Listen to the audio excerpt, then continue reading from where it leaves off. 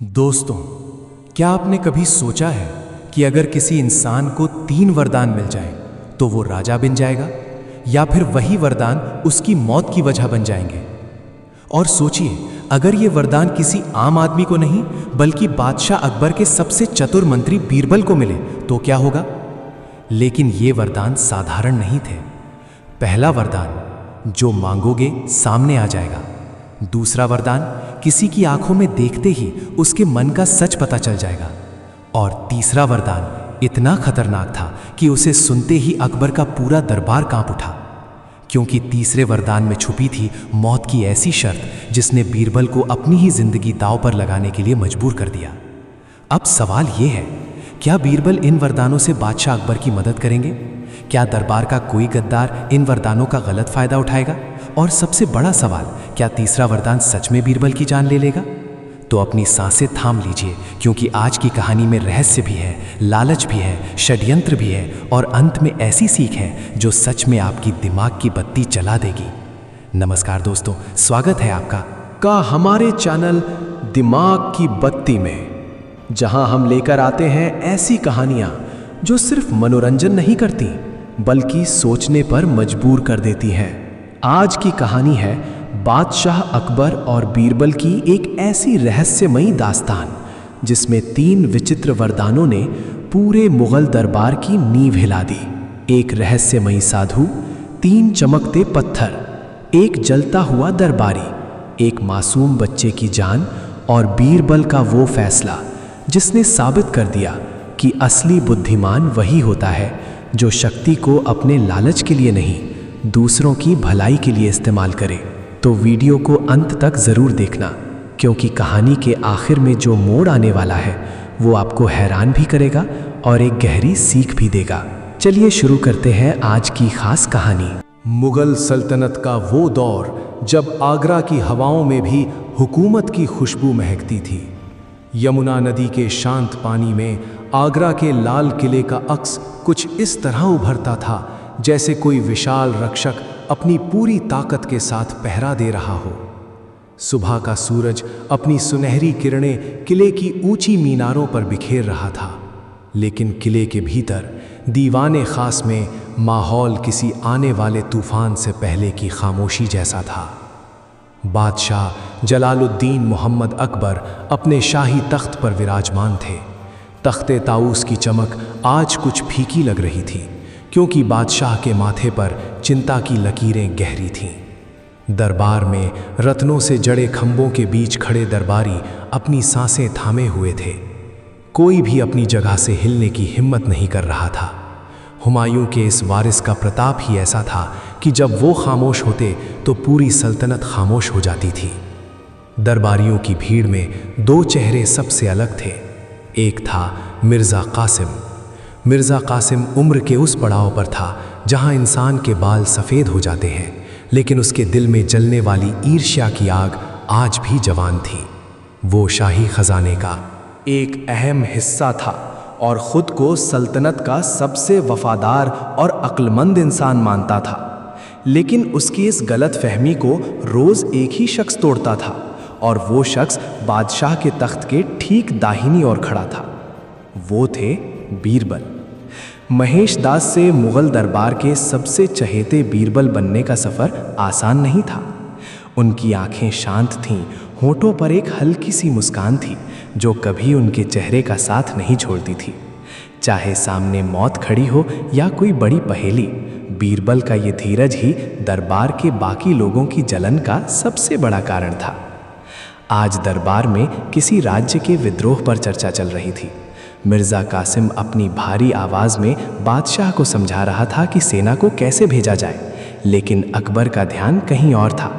तभी कुछ ऐसा हुआ जिसने मुग़ल इतिहास के पन्नों में एक ऐसा अध्याय जोड़ दिया जिसे आज तक किसी ने पढ़ा नहीं था। अचानक आगरा किले के विशाल और भारी लकड़ी के दरवाजे, जिन्हें खोलने के लिए 10-10 सिपाहियों को जोर लगाना पड़ता था, एक तेज़ हवा के झोंके के साथ अपने आप खुल गए। दरवाज़ों के खुलने की आवाज़ इतनी भयानक थी कि दीवाने खास की ज़ूमरों में लगे अनगिनत दिए एक पल के लिए कांप उठे। कुछ दिए बुझ गए और दरबार में एक रहस्यमयी परछाई लंबी होकर बादशाह के तख्त तक पहुंच गई। सिपाहियों ने तुरंत अपनी तलवारें म्यान से निकाल लीं। भालों की नोकें दरवाजे की तरफ तन गईं। सेनापति ने अपनी भारी आवाज में गर्जना की और घुसपैठिए को वहीं रुकने का आदेश दिया। लेकिन वो कोई घुसपैठिया नहीं था, वो एक बूढ़ा साधु था। उसके शरीर पर केवल एक पुरानी धूल से सनी हुई चादर थी। उसकी सफ़ेद दाढ़ी उसके सीने तक आ रही थी और उसके हाथ में बरगद की जड़ जैसी दिखने वाली एक टेढ़ी मेढ़ी लकड़ी की छड़ी थी। उसके पाँव नंगे थे और उनमें छाले पड़े हुए थे, जैसे वो मीलों का सफ़र तय करके सीधे इसी दरबार में आया हो।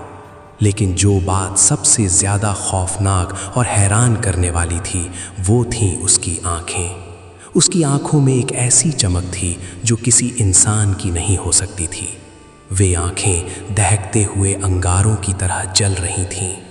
सिपाही उसे पकड़ने के लिए आगे बढ़े, लेकिन साधु ने अपनी छड़ी को ज़मीन पर धीरे से पटका। छड़ी के ज़मीन से टकराते ही एक अजीब सी गूंज पैदा हुई, जिसने से हाथियों के पैरों को वहीं ज़मीन पर जड़ दिया। वे चाहकर भी एक कदम आगे नहीं बढ़ा सके। पूरे दरबार में सन्नाटा छा गया। मिर्ज़ा कासिम के माथे से पसीना बहने लगा। अकबर ने अपना हाथ उठाया और सिपाहियों को पीछे हटने का इशारा किया। बादशाह की नज़र उस साधु पर टिक गई।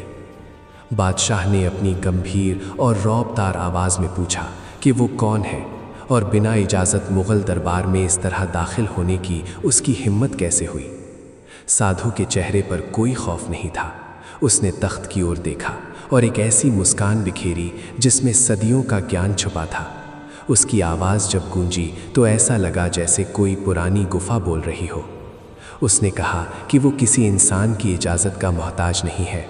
वो इस दुनिया के उन रास्तों से होकर आया है जहाँ बादशाहों की तलवारें और उनके ख़जाने मिट्टी के मोल बिकते हैं। वो हिंदुस्तान के सबसे बुद्धिमान व्यक्ति की तलाश में आया है, क्योंकि नियति ने उसे एक बहुत बड़ा कार्य सौंपा है। अकबर की भौहें तन गईं। बादशाह ने पूछा कि वो ऐसा क्या लाया है जो हिंदुस्तान के सबसे अक्लमंद इंसान को देना चाहता है।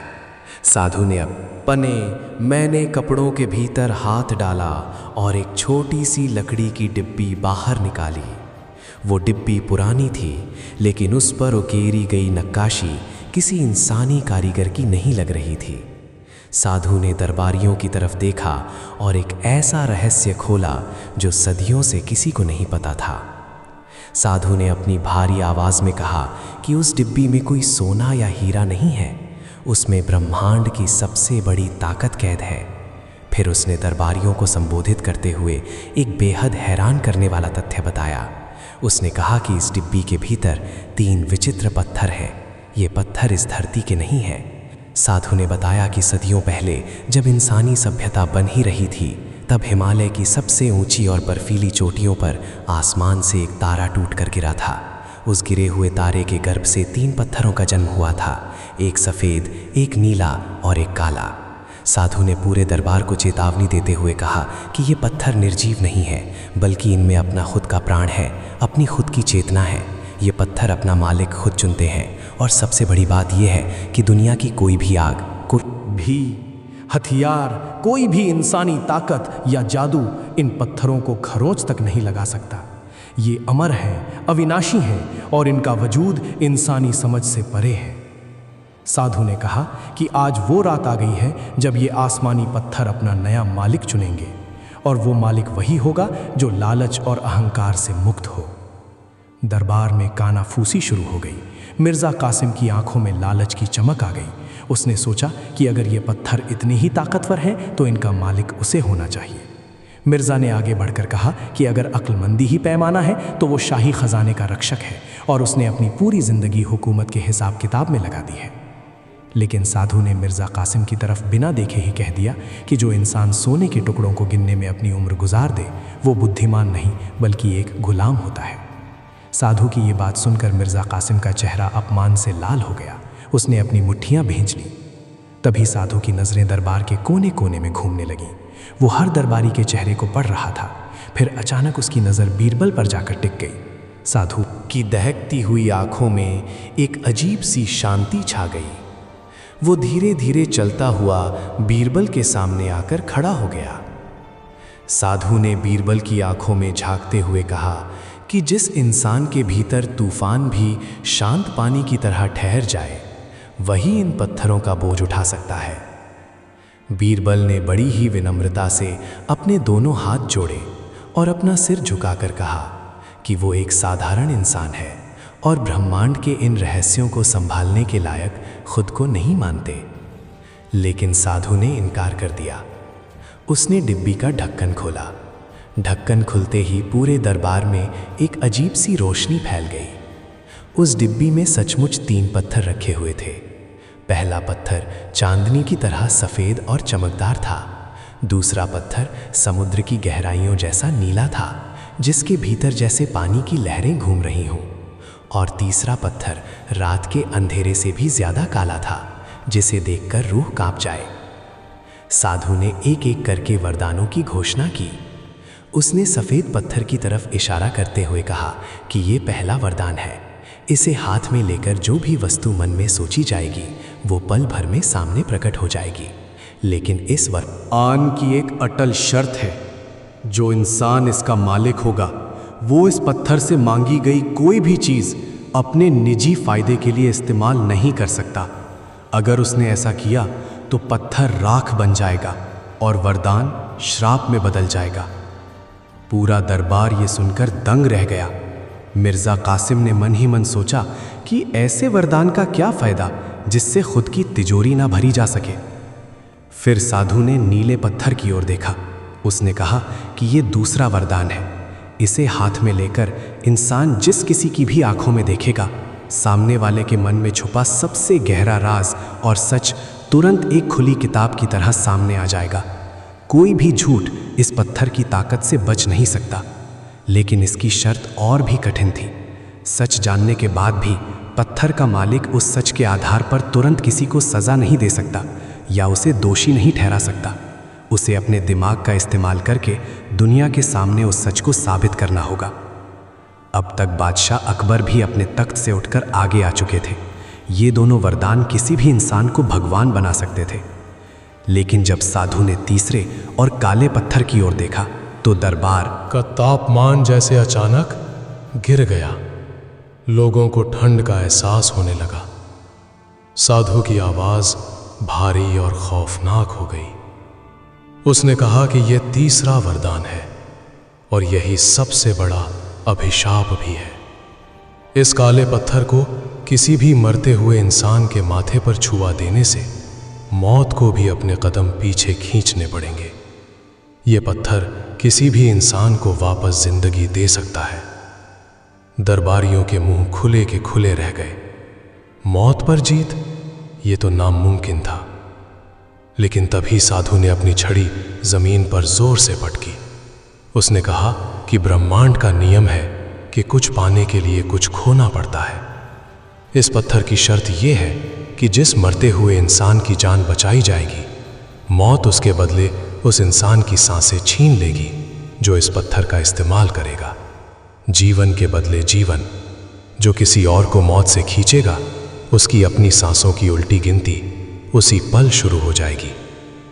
ये सुनते ही दरबार में जैसे किसी ने खौफ की चादर उड़ा दी हो। खुद बादशाह अकबर का दिल दहल गया। उन्होंने तुरंत आगे बढ़कर बीरबल से कहा कि वो इन पत्थरों को स्वीकार ना करे। ये वरदान नहीं, तबाही का सामान है। लेकिन बीरबल बादशाह को शांत रहने का इशारा किया। बीरबल जानते थे कि नियति जब दरवाजे पर दस्तक देती है तो इंसान को दरवाज़ा खोलना ही पड़ता है। बीरबल ने अपने दोनों हाथ आगे बढ़ा दिए। साधु ने मुस्कुराते हुए वे तीनों पत्थर बीरबल की हथेलियों पर रख दिए। पत्थर बीरबल के हाथों में जाते ही उनकी चमक और बढ़ गई, जैसे उन्हें सदियों बाद अपना सही घर मिल गया हो। साधु ने बीरबल को आखिरी चेतावनी दी। उसने कहा कि इन पत्थरों की ताकत इंसान के लालच को जगाती है। याद रखना कि सबसे कठिन परीक्षा तब नहीं होती जब इंसान कमज़ोर होता है, बल्कि सबसे बड़ी परीक्षा तब होती है जब इंसान के पास सब कुछ करने की ताकत आ जाती है। तीसरे पत्थर को छूने से पहले 100 बार सोचना। इतना कहने के बाद वो साधु उसी रहस्यमय अंदाज में पीछे मुड़ा और दीवाने खास के बड़े दरवाजों से बाहर निकल गया। उसके जाते ही दरवाजे अपने आप बंद हो गए और दरबार में वही पुरानी हवा बहने लगी, लेकिन अब कुछ भी पहले जैसा नहीं था। बीरबल ने उन तीनों पत्थरों को एक रेशमी कपड़े में बांधा और अपनी पगड़ी में छुपा लिया। बादशाह अकबर ने दरबार की कार्यवाही को वहीं रोक दिया और सभी को अपने अपने घर जाने का आदेश दिया। मिर्ज़ा कासिम जब दरबार से बाहर निकल रहा था तो उसकी आंखों में जहर घुल चुका था। वो किसी भी कीमत पर बीरबल को नीचा दिखाना चाहता था और अब उसे लगा कि ये 3 पत्थर उसकी साजिश का सबसे बड़ा हथियार बन सकते हैं। दिन बीतते गए। बीरबल ने उन पत्थरों को अपने घर के एक गुप्त तहखाने में लोहे के संदूक में बंद कर दिया। वो जानते थे कि बिना वजह इन शक्तियों का इस्तेमाल करना कुदरत के नियमों के खिलाफ होगा। पूरा आगरा शहर इन जादुई पत्थरों की चर्चा कर रहा था। अफवाहें उड़ रही थीं कि बीरबल अब मुग़ल सल्तनत का तख्त भी पलट सकते हैं। मिर्ज़ा कासिम ने इन अफवाहों को हवा देने में कोई कसर नहीं छोड़ी। लेकिन एक रात आगरा किले में कुछ ऐसा हुआ जिसने मुग़ल हुकूमत की नींव हिला दी। आधी रात का वक्त था। किले के पहरेदार गश्त लगा रहे थे। तभी शाही खजाने की तरफ से खतरे का बिगुल बज उठा। मशालें जल उठीं और घोड़ों की टापों से किले का आंगन गूंज उठा। बादशाह अकबर अपने शाही कक्ष से बाहर आ गए। खबर ये थी कि शाही खजाने से सबसे कीमती चीज चोरी हो गई है। वो कोई आम हीरा या सोना नहीं था। वो कोहे नूर से भी पुराना एक रहस्यमयी नीला हीरा था जिसे ईरान के शाह ने बादशाह अकबर को मुग़ल और फ़ारसी दोस्ती की निशानी के तौर पर भेजा था। उस हीरे की सुरक्षा के लिए पहरेदारों की 3 परतें लगाई गई थीं और ख़जाने के ताले की चाबी सिर्फ मिर्ज़ा कासिम और सेनापति के पास रहती थी। अगर वो हीरा वापस नहीं मिला तो मुग़ल सल्तनत की इज्जत मिट्टी में मिल जाएगी और ईरान के साथ एक भयानक युद्ध छिड़ सकता है। अकबर का गुस्सा 7वें आसमान पर था। उन्होंने सुबह होते ही एक विशेष दरबार बुलाया। खजाने की सुरक्षा में लगे सभी पहरेदारों, खजांचियों और यहाँ तक कि सेनापति को भी जंजीरों में जकड़कर दरबार में लाया गया। बादशाह ने अपनी म्यान से तलवार निकाल ली और गरजते हुए कहा कि अगर आज शाम तक चोर का पता नहीं चला तो खजाने की सुरक्षा में लगे हर एक इंसान का सिर कलम कर दिया जाएगा।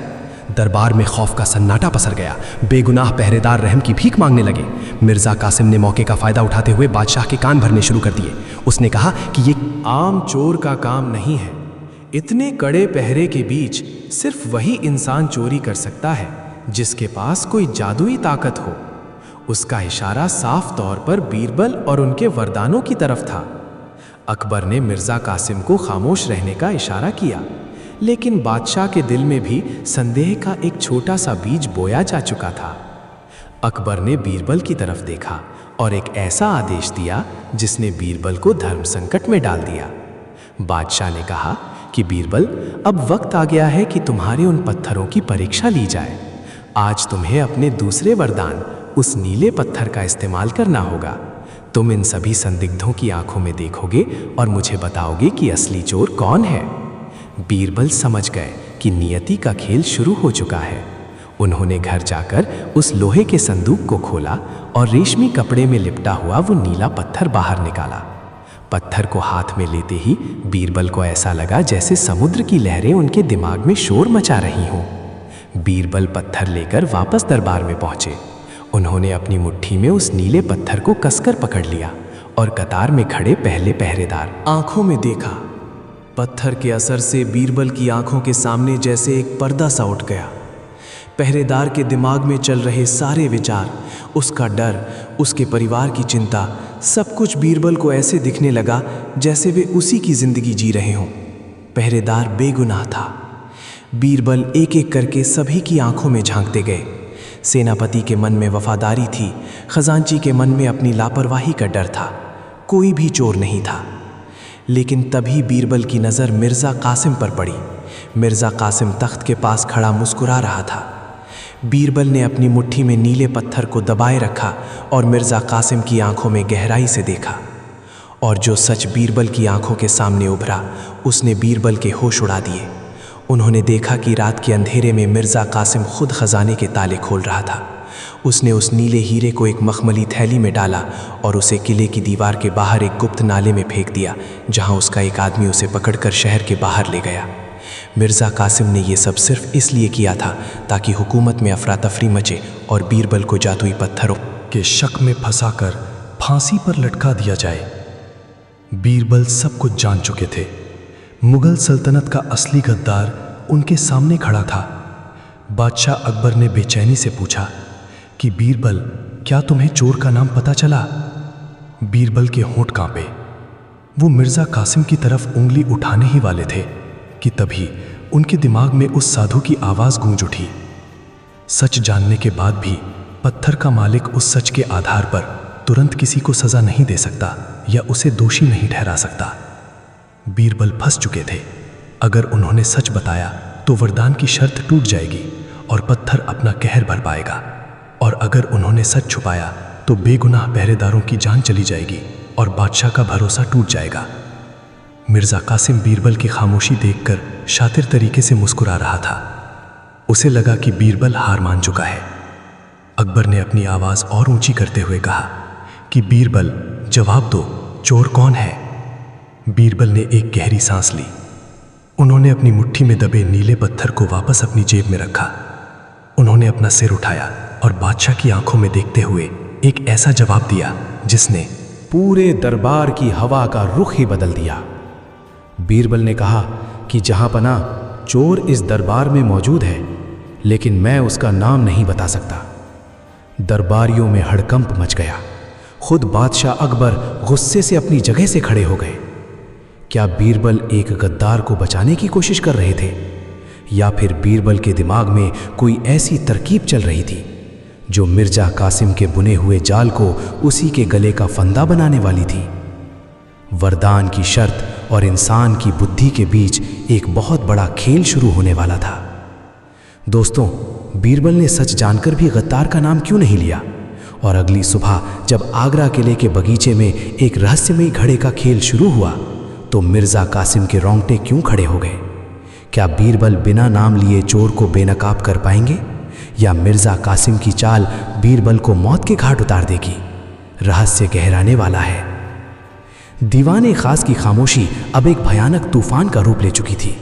मुगल सल्तनत के सबसे ताकतवर इंसान बादशाह जलालुद्दीन मोहम्मद अकबर का चेहरा गुस्से से लाल हो चुका था। उनके हाथ म्यान में रखी शमशीर की मूठ पर कस गए थे। दरबार में खड़े हर इंसान की सांसें जैसे हलक में अटक गई थीं। किसी की भी हिम्मत नहीं हो रही थी कि वो अपनी पलकें भी झपका सके। सब जानते थे कि जब जलालुद्दीन का गुस्सा अपनी हद पार करता है तो कितने ही सिर धड़ से अलग हो जाते हैं। और आज उनके सामने कोई और नहीं बल्कि उनके सबसे चहीते, सबसे अक्लमंद वजीर बीरबल खड़े थे, जिन्होंने सरेआम बादशाह के सवाल का सीधा जवाब देने से इनकार कर दिया था। बादशाह की भारी और खौफनाक आवाज़ पूरे दरबार की दीवारों से टकराई। उन्होंने कहा कि बीरबल, क्या तुम अपने होश खो बैठे हो? तुम कह रहे हो कि मुगल सल्तनत की नाक काटने वाला, शाही खजाने से कोहे नूर से भी कीमती हीरा चुराने वाला गद्दार इसी दरबार में मौजूद है और तुम उसका नाम नहीं बताओगे? क्या वो आसमानी वरदान तुम्हारे दिमाग पर हावी हो गया है, या तुम किसी गद्दार को पनाह देने की जरूरत कर रहे हो? बीरबल अपनी जगह पर शांत खड़े रहे।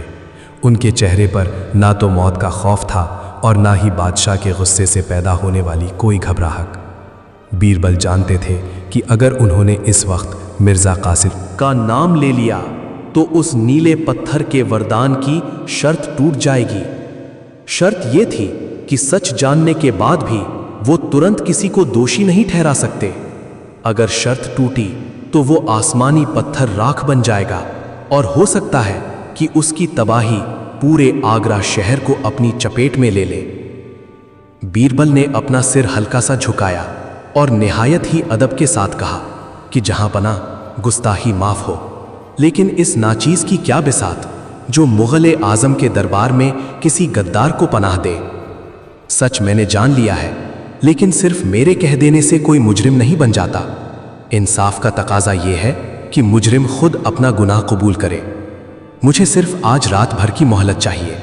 कल सुबह की पहली किरण के साथ वो गद्दार पूरे दरबार के सामने अपने घुटनों पर होगा और शाही खजाने का वो नायाब हीरा आपके कदमों में होगा। मिर्ज़ा कासिम, जो तख्त के पास ही खड़ा था, अंदर ही अंदर कांप उठा। उसकी आंखों में खौफ तैर गया। उसे लगा कि बीरबल ने सचमुच उस नीले पत्थर की मदद से उसका राज जान लिया है। लेकिन फिर उसने खुद को संभाला। उसने सोचा कि बीरबल सिर्फ हवा में तीर मार। हाँ है, अगर बीरबल के पास कोई सबूत होता तो वो तुरंत उसका नाम ले लेता। मिर्जा को लगा कि ये बीरबल की कोई पुरानी चाल है जिससे वो वक्त मांग रहा है। अकबर ने बीरबल की आंखों में देखा। उन आंखों में वही पुरानी सच्चाई और वफादारी थी जिसने अकबर को कई बार बड़ी से बड़ी मुसीबतों से निकाला था। बादशाह का गुस्सा थोड़ा शांत हुआ। उन्होंने अपनी शमशीर की मूठ से हाथ हटा लिया और एक गहरी सांस छोड़ते हुए फरमान सुनाया। बादशाह ने कहा कि बीरबल, मुग़ल सल्तनत का तख्त किसी के इंतज़ार का मोहताज नहीं होता, लेकिन तुम्हारी वफादारी और अक्लमंदी पर मुझे अपनी तलवार से भी ज़्यादा भरोसा है। मैं तुम्हें एक रात की मोहलत देता हूँ, लेकिन याद रखना, अगर कल सुबह सूरज निकलने तक असली चोर बेनकाब नहीं हुआ तो वो आसमानी पत्थर भी तुम्हें मेरे कहर से नहीं बचा पाएगा। दरबार बर्खास्त कर दिया गया। सभी दरबारी अपने अपने घरों की तरफ लौट गए, लेकिन किसी की भी आंखों में नींद नहीं थी। पूरा शहर ये जानने के लिए बेचैन था कि कल सुबह बीरबल क्या करने वाले हैं। शाम ढलते ही बीरबल ने अपने सबसे भरोसेमंद सिपाहियों को बुलाया और उन्हें कुछ बेहद अजीबो गरीब आदेश दिए। बीरबल ने कहा कि आगरा शहर के सबसे माहिर कुम्हार को बुलाया जाए और उससे एक ऐसा मिट्टी का घड़ा बनवाया जाए जो इतना बड़ा हो कि एक इंसान उसमें पूरा समा सके। इसके साथ ही बीरबल ने शाही बावर्ची खाने से ढेर सारा काजल और सरसों का तेल मंगवाया। रात के तीसरे पहर जब पूरा आगरा गहरी नींद में सो रहा था, तब आगरा किले के पीछे मौजूद बागे महताब में एक अलग ही हलचल मची हुई थी। चांद की रोशनी बादलों के पीछे छुपी हुई थी और पूरे बाग में एक अजीब सा खौफनाक सन्नाटा पसरा था। बाग के बिल्कुल बीचों बीच एक बड़ा सा काला तंबू लगाया गया। उस तंबू के अंदर किसी भी तरह की रोशनी जाने की मनाही थी। अंदर घुप अंधेरा था। बीरबल ने खुद उस बड़े से मिट्टी के घड़े को उस काले तंबू के ठीक बीच में रखवाया। फिर उन्होंने काजल और सरसों के तेल को मिलाकर एक गाढ़ा और गहरा काला लेप तैयार किया। बीरबल ने अपने हाथों से उस घड़े के बाहरी हिस्से और उसके मुंह पर वो गाढ़ा काला लेप अच्छी तरह से पोत दिया। अंधेरे में वो घड़ा बिल्कुल दिखाई नहीं दे रहा था। तैयारी पूरी हो चुकी थी। अब बस शिकार के जाल में फंसने का इंतजार था। अगली सुबह सूरज की किरणें अभी किले की प्राचीर पर पड़ी ही थीं कि पूरा दरबार बागे महताब में इकट्ठा हो गया। बादशाह अकबर अपने शाही तख्त पर विराजमान थे, जो रात भर में ही बाग में सजा दिया गया था। खजाने की पहरेदारी करने वाले सभी सिपाही, खजांची, सेनापति और खुद मिर्ज़ा कासिम कतार में खड़े थे। सभी के चेहरों पर खौफ साफ देखा जा सकता था। बीरबल बाग के बीचों बीच खड़े हुए। उनके चेहरे पर वही रहस्यमयी मुस्कान थी। उन्होंने अपना हाथ उठाया और सभी को संबोधित करते हुए कहा कि आप सबके सामने उस काले तंबू के अंदर एक विशाल घड़ा रखा हुआ है। वो कोई मामूली घड़ा नहीं है। मैंने अपने आसमानी वरदान की ताकत से उस घड़े के भीतर एक जादुई शक्ति को कैद कर दिया है। वो शक्ति इंसानों का मन पढ़ सकती है। ये सुनकर कतार में खड़े लोगों के पसीने छूटने लगे। मिर्ज़ा कासिम का गला सूखने लगा। बीरबल ने अपनी बात आगे बढ़ाते हुए एक खौफनाक शर्त रखी। उन्होंने कहा कि आप सभी को एक एक करके उस अंधेरे तंबू के अंदर जाना है। तंबू के अंदर जाकर आपको अपने दोनों हाथ उस एक के ऊपर रखने हैं और ये कसम खानी है कि आपने शाही खजाने से चोरी नहीं की है।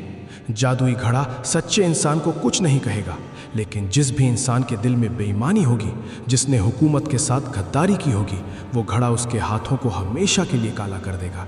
जैसे ही गद्दार घड़े को छुएगा, घड़े की जादुई शक्ति उसके खून में शामिल होकर उसके हाथों पर अपनी काली छाप छोड़ देगी। बादशाह अकबर भी बड़ी दिलचस्पी से इस पूरे खेल को देख रहे थे। वो समझ नहीं पा रहे थे कि बीरबल आखिर साबित क्या करना चाहते हैं। बीरबल ने सिपाहियों को आदेश दिया कि परीक्षा शुरू की जाए। कतार में सबसे आगे एक साधारण पहरेदार खड़ा था। वो कांपते हुए कदमों से आगे बढ़ा। उसने काले तंबू का पर्दा उठाया और अंदर चला गया। अंदर इतना अंधेरा था कि उसे अपना ही हाथ दिखाई नहीं दे रहा था। उसने अंधेरे में टटोलते हुए घड़े को ढूंढा। जैसे ही उसके हाथ घड़े से टकराए, उसने कांपती हुई आवाज़ में कहा कि मैं बेगुनाह हूँ, मैंने हुकूमत से कोई गद्दारी नहीं की। कुछ पल अंदर रुकने के बाद वो बाहर आ गया। उसके चेहरे पर राहत थी। इसी तरह एक करके सभी खजांची, सिपाही और सेनापति तंबू के अंदर गए और बाहर आते गए। बाहर आने वाले हर इंसान का चेहरा सुकून से भरा होता था। अब बारी आई मिर्ज़ा कासिम की। जैसे ही मिर्ज़ा कासिम का नाम पुकारा गया, उसके पैरों तले से जैसे ज़मीन खिसक गई।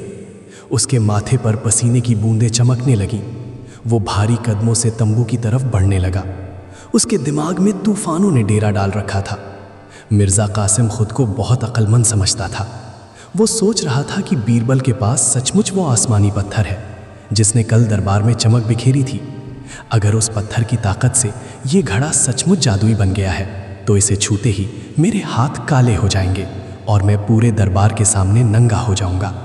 मौत की सज़ा तो पक्की थी ही, लेकिन जो जिल्लत मिलेगी वो मौत से भी बदतर होगी।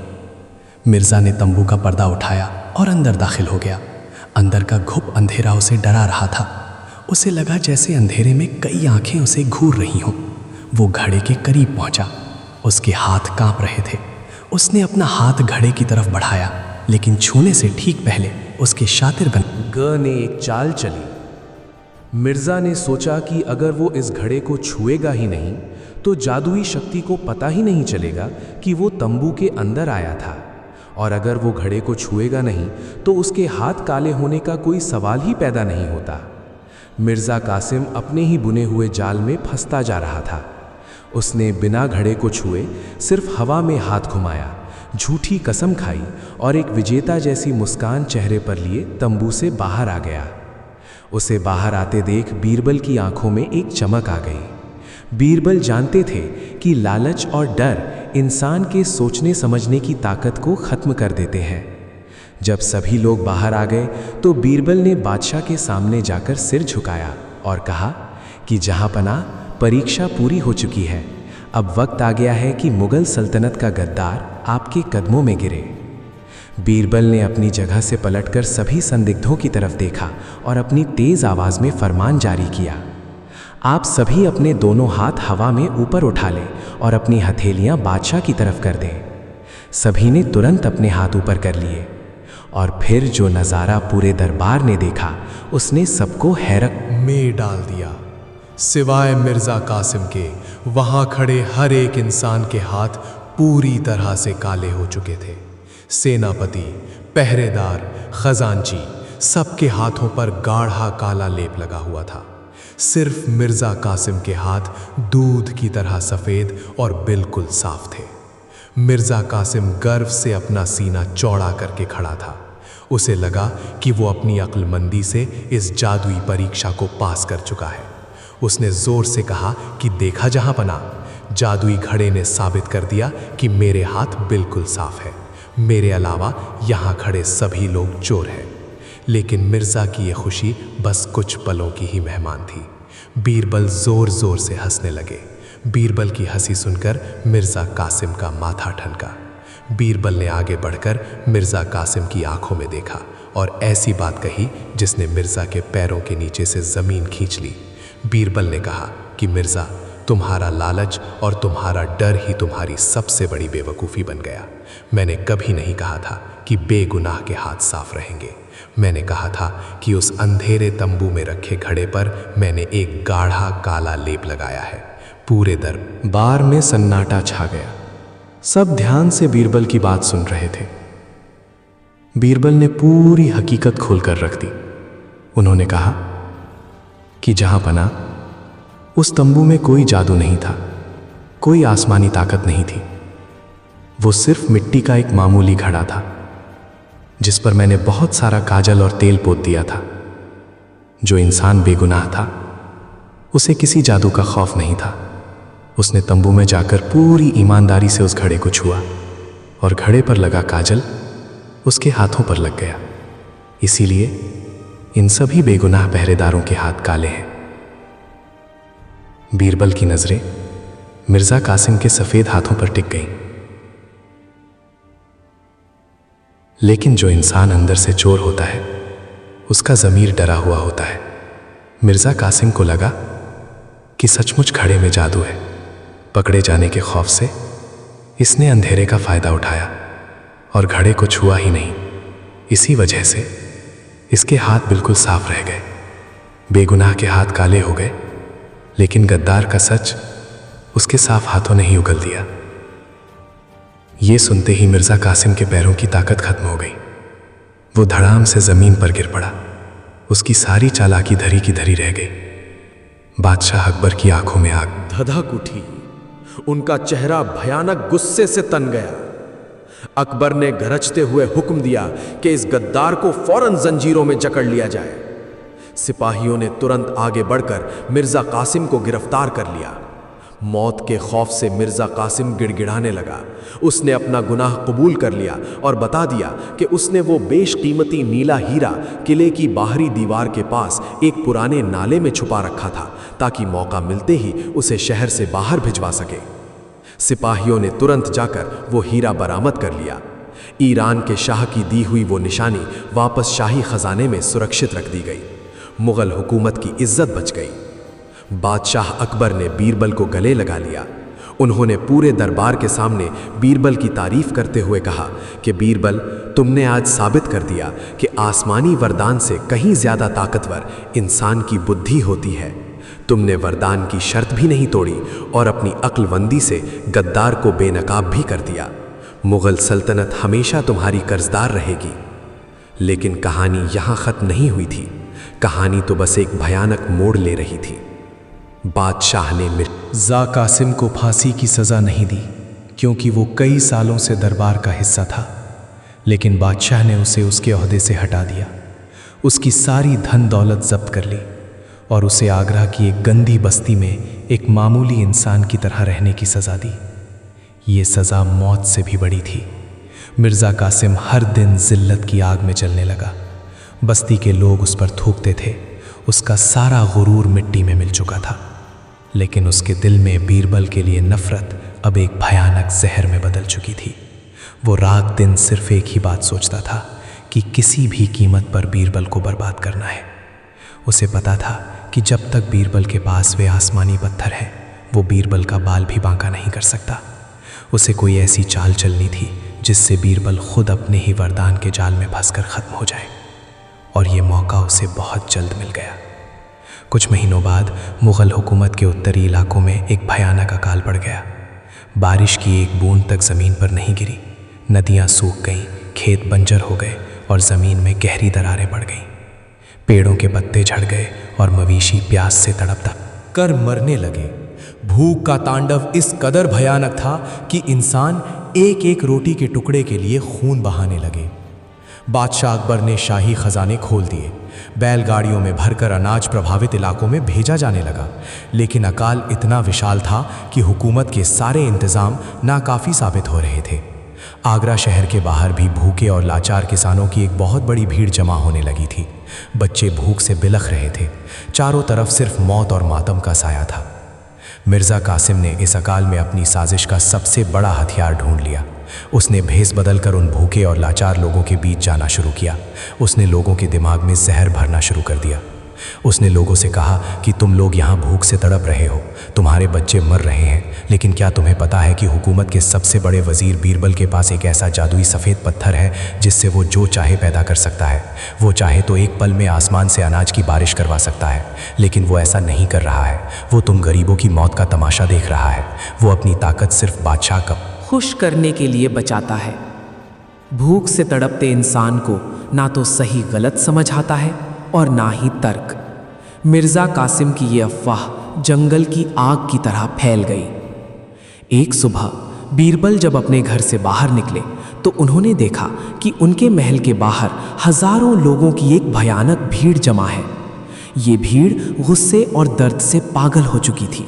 फटे पुराने कपड़े पहने कंकाल बन चुके लोग बीरबल के दरवाजे पर अपने सूखे हुए हाथ फैलाए खड़े थे।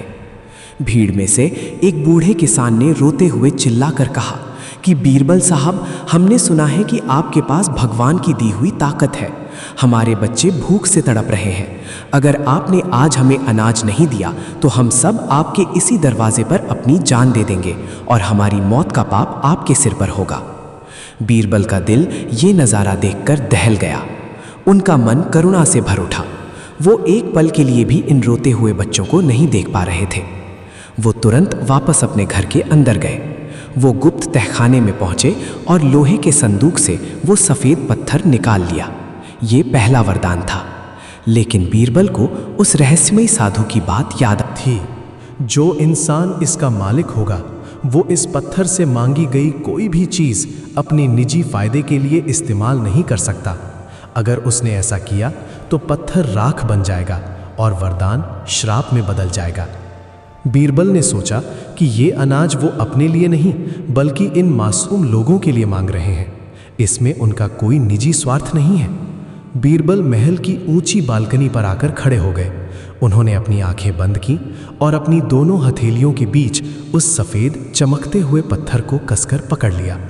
पत्थर ने अपना रंग बदलना शुरू किया। उसमें से एक ऐसी दूधिया रोशनी निकली जिसने सुबह के सूरज को भी फीका कर दिया।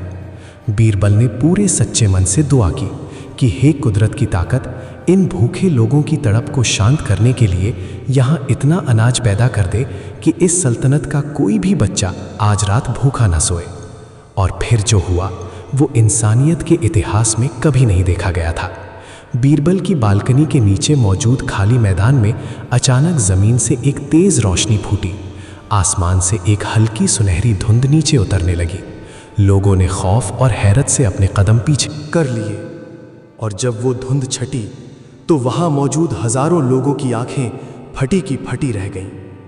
उस खाली मैदान में अचानक अनाज से भरी सैकड़ों बैलगाड़ियां खड़ी थीं।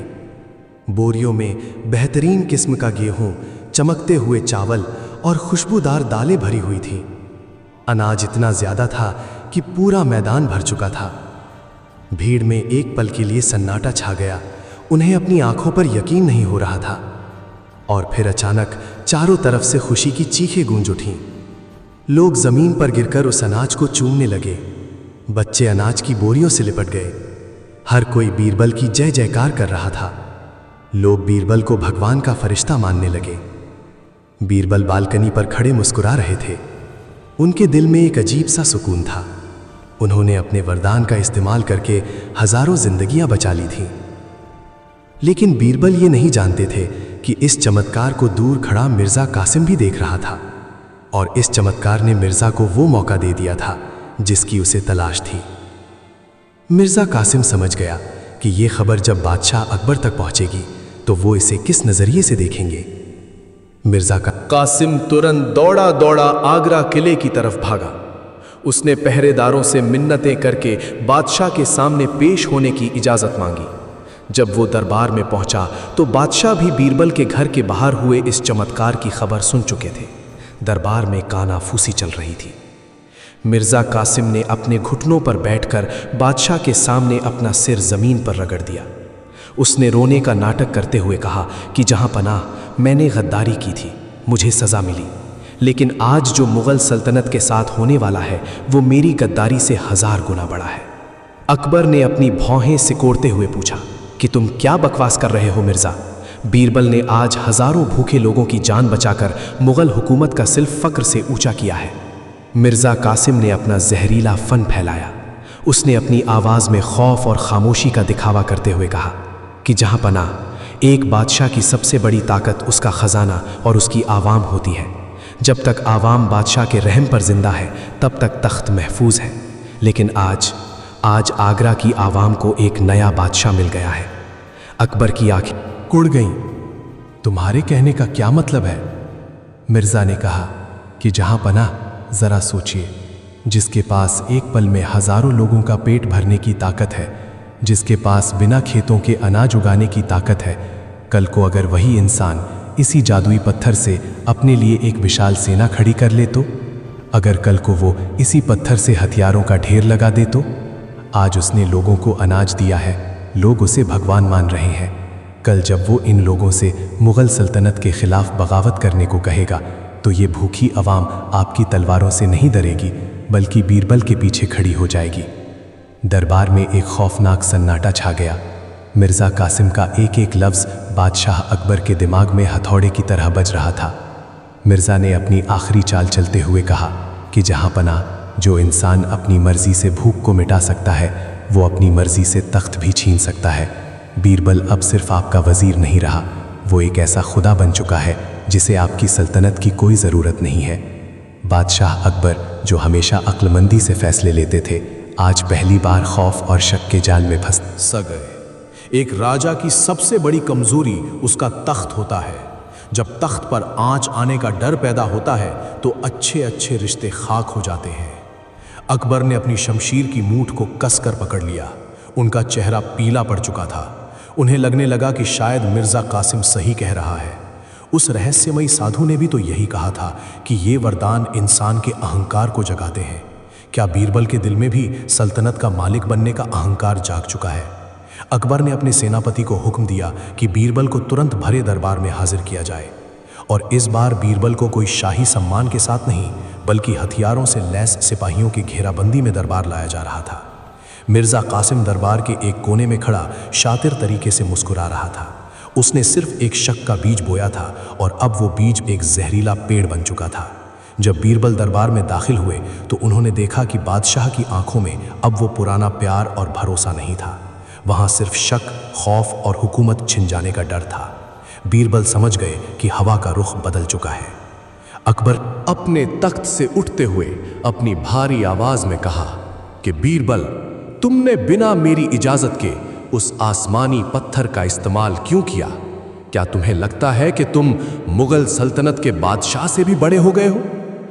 बीरबल ने बड़े ही शांत स्वर में जवाब दिया कि जहां पना, जब अवाम भूख से तड़प रही हो तो एक वजीर का फर्ज इजाजत लेना नहीं बल्कि उनकी जान बचाना होता है।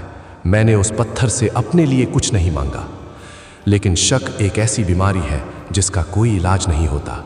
अकबर ने अपनी तलवार निकाल ली और एक ऐसा फैसला सुनाया जिसने पूरे मुगल इतिहास की बुनियाद हिला दी।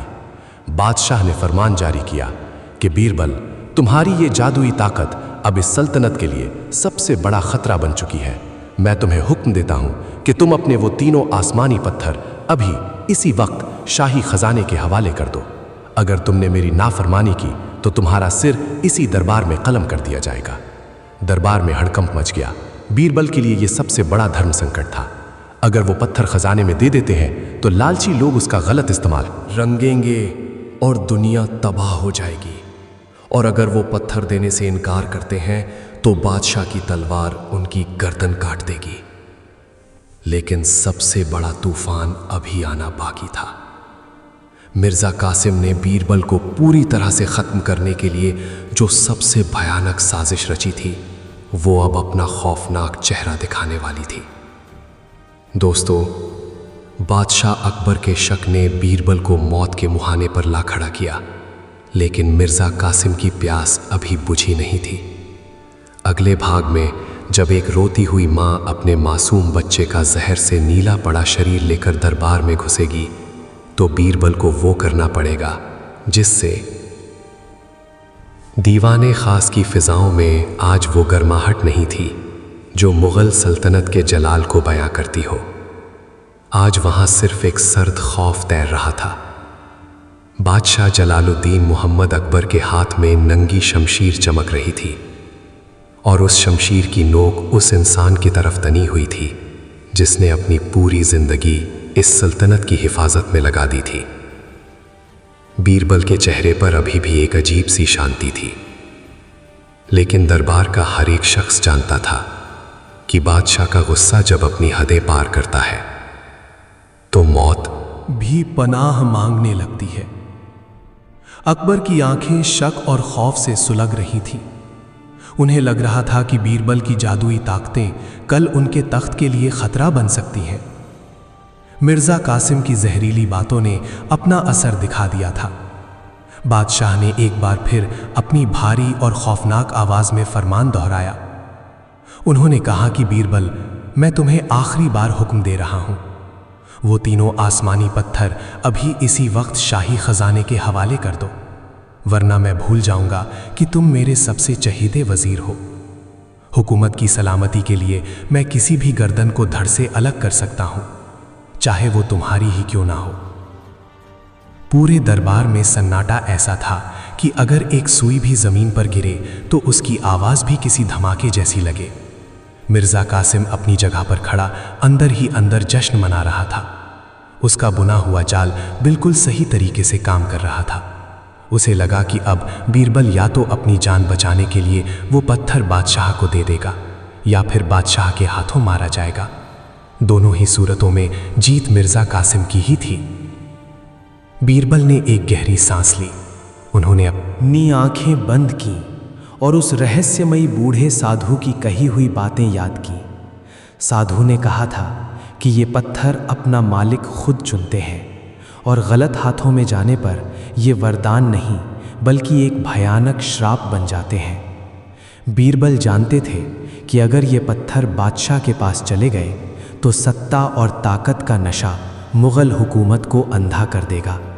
फिर कोई मिर्ज़ा कासिम जैसा गद्दार बादशाह के कान भरेगा और इन पत्थरों का इस्तेमाल दुनिया को तबाह करने के लिए किया जाएगा। बीरबल ने अपनी आंखें खोलीं। उनकी आंखों में कोई खौफ नहीं था, बल्कि एक ऐसी सच्चाई थी जो तलवार की धार से भी ज़्यादा तेज़ थी। उन्होंने अपना सिर हल्का सा झुकाया और निहायत ही अदब के साथ लेकिन बेहद मजबूत आवाज़ में कहा। उन्होंने कहा कि जहाँ पनाह, आपकी शमशीर मेरी गर्दन तो काट सकती है, लेकिन वो कुदरत के बनाए हुए नियमों को नहीं काट सकती। ये पत्थर कोई मामूली हीरे जवाहरात नहीं हैं जिन्हें ख़जाने की तिजोरी में बंद किया जा सके। ये आसमानी ताकतें हैं। उस साधु ने साफ कहा था कि ये पत्थर सिर्फ उसी के पास रह सकते हैं जो लालच और अहंकार से मुक्त हो। मैं गुस्ताखी की माफ़ी चाहता हूँ जहाँ पनाह, लेकिन एक बादशाह हमेशा अपनी सल्तनत को बड़ा करने का लालच रखता है। अगर ये पत्थर आपके पास आए तो हुकूमत का नशा इन पत्थरों को राख बना देगा और वो राख पूरी सल्तनत को भस्म कर देगी। मैं मर सकता हूँ, लेकिन मैं ये पत्थर किसी को नहीं सौंप सकता। ये सुनते ही दरबारियों के पसीने छूट गए। किसी वजीर की इतनी ज़रूरत कि वो मुग़ल आज़म के मुंह पर उन्हें लालची कह दे। अकबर का चेहरा गुस्से से तमतमा उठा। उनकी शमशीर हवा में उठी। मिर्ज़ा कासिम की आंखों में एक चमक आ गई। बस एक पल और बीरबल का सिर ज़मीन पर लुढ़क रहा होता। लेकिन तभी दरबार के भारी दरवाज़ों के बाहर से एक ऐसी दिल दहला देने वाली चीख सुनाई दी जिसने शमशीर पकड़े बादशाह के हाथों को भी एक पल के लिए हवा में रोक दिया। वो चीख किसी जानवर की नहीं बल्कि एक माँ की थी। एक ऐसी चीख जिसमें इतना दर्द, इतनी बेबसी और इतनी तड़प थी कि दरबार की पत्थर की दीवारें भी जैसे कांप उठीं। सिपाहियों की आवाज़ें आ रही थीं जो किसी को अंदर आने से रोक रहे थे, लेकिन वो चीख लगातार करीब आ रही थी। अकबर ने अपनी मशीर नीचे की ओर सेनापति को इशारा किया कि देखा जाए बाहर क्या हो रहा है। इससे पहले कि सेनापति दरवाजे तक पहुंचता, एक औरत सिपाहियों के घेरे को तोड़ती हुई दीवाने खास में दाखिल हो गई। उसके कपड़े फटे हुए थे, उसके बाल बिखरे हुए थे और उसकी आंखों से आंसुओं का सैलाब बह रहा था। लेकिन सबसे खौफनाक मंजर वो था जो उस औरत की बाहों में था। उसकी बाहों में एक 7-8 साल का मासूम बच्चा था। बच्चे का पूरा शरीर नीला पड़ चुका था। उसके मुंह से सफ़ेद झाग निकल रहा था और उसकी आंखें पीछे की तरफ पलट चुकी थीं।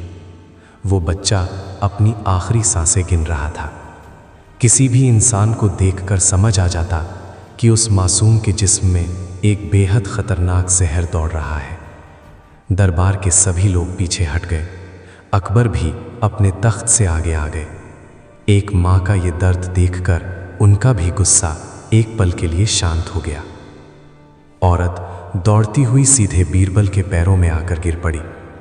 उसने अपने मरते हुए बच्चे को बीरबल के कदमों में रख दिया और जोर जोर से छाती पीटकर रोने लगी। उसने रोते हुए चिल्लाकर कहा कि बीरबल साहब, मुझे इंसाफ चाहिए, मुझे मेरा बच्चा चाहिए। कल आपके घर के बाहर जो जादुई अनाज बटा था, मेरे बच्चे ने भी वो अनाज खाया था। लोगों ने कहा कि वो अनाज भगवान का वरदान था, लेकिन वो वरदान नहीं, श्राप था। जिसने भी आपके खिलाफ साजिश रची है उसने उस अनाज में जहर मिला दिया था। मेरा बच्चा तड़प रहा है। आप खुदा के फरिश्ते हैं, आपने हज़ारों लोगों को भूख से बचाया है। मेरे बच्चे को बचा लीजिए बीरबल साहब। अगर मेरा बच्चा मर गया तो मैं इसी दरबार में अपना सिर फोड़कर जान दे दूंगी। पूरे दरबार में एक भयानक खामोशी छा गई। बीरबल का दिल ये नज़ारा देखकर फटने लगा। उन्होंने तुरंत नीचे बैठकर उस बच्चे की नब्ज़ टकोली। नब्ज़ इतनी कमज़ोर थी कि जैसे किसी भी पल रुक सकती थी। जहर बच्चे के खून में पूरी तरह से घुल चुका था और दुनिया का कोई भी हकीम अब उसे नहीं बचा सकता था। लेकिन ये कोई हादसा नहीं था, ये मिर्ज़ा कासिम की रची हुई सबसे खौफनाक और घिनौनी साजिश थी। मिर्ज़ा कासिम जानता था कि अकाल के वक्त जब बीरबल अनाज बांटेंगे तो वो उस अनाज में जहर नहीं मिला सकता, क्योंकि वो अनाज सीधे आसमान से आया था। इसलिए मिर्ज़ा कासिम कल रात अपने गुप्तचर को भेजकर इस गरीब औरत के घर में रखे पानी के मटके में जहर मिलवा दिया था। मिर्ज़ा का मकसद ये अफवाह फैलाना था कि बीरबल का जादू अब लोगों की जान ले रहा है। लेकिन मिर्ज़ा की साजिश सिर्फ यहीं तक सीमित नहीं थी। उसका असली निशाना वो तीसरा आसमानी पत्थर था, वो काला पत्थर। मिर्ज़ा कासिम भीड़ से बाहर निकला और उसने भरे दरबार में अपनी भारी आवाज़ में कहा। उसने कहा कि जहाँ पना, देखिए इस जादू का खौफनाक अंजाम। मैंने आपसे कहा था ना कि ये आसमानी ताकतें इंसानों के लिए तबाही लेकर आएंगी। आज बीरबल के उस सफ़ेद पत्थर ने एक मासूम की जान ले ली है। और अगर बीरबल सचमुच इतने ही रहमदिल और चमत्कारी हैं, अगर उनके पास सचमुच वो आसमानी वरदान है, तो आज उन्हें साबित करना होगा। बीरबल के पास एक तीसरा पत्थर भी है, वो काला पत्थर जो मौत को मात दे सकता है। आज अगर बीरबल ने इस बच्चे को नहीं बचाया तो साबित हो जाएगा कि बीरबल एक ढोंगी हैं और उनकी ताकतें सिर्फ हुकूमत पर कब्जा करने के लिए हैं। मिर्ज़ा कासिम की ये बात सुनकर बीरबल के रोंगटे खड़े हो गए। वो समझ गए कि ये खेल मिर्ज़ा का रचा हुआ है। मिर्ज़ा ने बीरबल को एक ऐसी खाई के किनारे लाकर खड़ा कर दिया था जहां से वापसी का कोई रास्ता नहीं था। अगर बीरबल बच्चे को मरने देते हैं तो पूरी आवाम और मुग़ल हुकूमत की नज़रों में वो एक हत्यारे और ढोंगी साबित हो जाएंगे। बादशाह उन्हें उसी वक्त फांसी पर लटका देंगे। और अगर वो बच्चे की जान बचाते हैं तो उन्हें उस काले पत्थर का इस्तेमाल करना होगा। उस तीसरे वरदान की शर्त सबसे खौफनाक थी। जो किसी मरते हुए इंसान को ज़िंदगी देगा, मौत उसके बदले उसकी अपनी सांसों की उल्टी गिनती शुरू कर देगी। अगर बीरबल ने बच्चे को बचाया तो उनकी अपनी मौत तय थी। मिर्ज़ा कासिम तख्त के पास खड़ा एक भयानक मुस्कान के साथ बीरबल को देख रहा था। उसका वार अचूक था। उसने बीरबल को मौत के मुंह में धकेल दिया था। बादशाह अकबर की आंखों में भी अब शक की जगह खौफ ने ले ली थी। उन्हें भी उस बूढ़े साधु की चेतावनी याद आ गई। उन्होंने अपना हाथ आगे बढ़ाते हुए कहा कि बीरबल, नहीं, तुम उस तीसरे पत्थर का इस्तेमाल नहीं करोगे। वो पत्थर तुम्हारी जान ले लेगा। तुम मुग़ल सल्तनत के सबसे अहम हिस्से हो। एक मामूली बच्चे के लिए मैं अपने सबसे अक्लमंद वजीर की बलि नहीं चढ़ने दे सकता। ये मेरा हुक्म है बीरबल, तुम उस काले पत्थर को हाथ भी नहीं लगाओगे।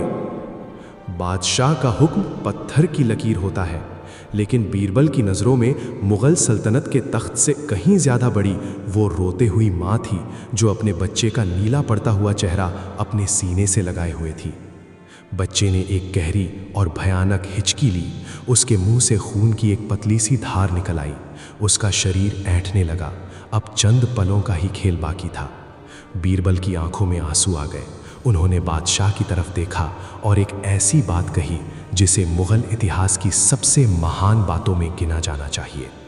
बीरबल ने कहा कि जहां पनाह, राजा का हुक्म तो सिर्फ जिंदा इंसानों पर चलता है, लेकिन एक माँ के आंसू तो आसमान में बैठे खुदा को भी अपना हुक्म मानने पर मजबूर कर देते हैं। मुग़ल सल्तनत को मेरे जैसे और भी वज़ीर मिल जाएंगे, लेकिन इस माँ को इसका बच्चा दोबारा नहीं मिलेगा। और जिस जिंदगी का इस्तेमाल किसी बेगुनाह को बचाने के लिए ना किया जा सके, ऐसी जिंदगी का मैं क्या करूँगा? इतना कहकर बीरबल ने अपनी पगड़ी के भीतर छुपाकर रखा हुआ वो रेशमी कपड़ा बाहर निकाला। दरबार के सभी लोगों की सांसें रुक गईं। बीरबल ने अपने कांपते हुए हाथों से उस कपड़े की गांठ खोली। उसमें वो रात के अंधेरे से भी ज्यादा काला पत्थर रखा हुआ था। उस काले पत्थर को देखते ही दरबार में अचानक एक बर्फीली हवा का झोंका आया। मशालों की लौ कांपने लगी। उस पत्थर में कोई चमक नहीं थी, बल्कि ऐसा लग रहा था जैसे वो आसपास की सारी रोशनी को अपने अंदर सोख रहा हो। उसे देखते ही रूह कांप जाती थी। मौत का वो साक्षात रूप था। अकबर अपने तख्त से नीचे उतर आए। वो चीख रहे थे कि बीरबल रुक जाओ, मैं तुम्हें हुक्म देता हूं। लेकिन बीरबल ने अपनी आंखें बंद कर लीं। उन्होंने उस ठंडे बर्फ जैसे काले पत्थर को अपनी मुट्ठी में लिया और घुटनों के बल उस तड़पते हुए बच्चे के पास बैठ गए।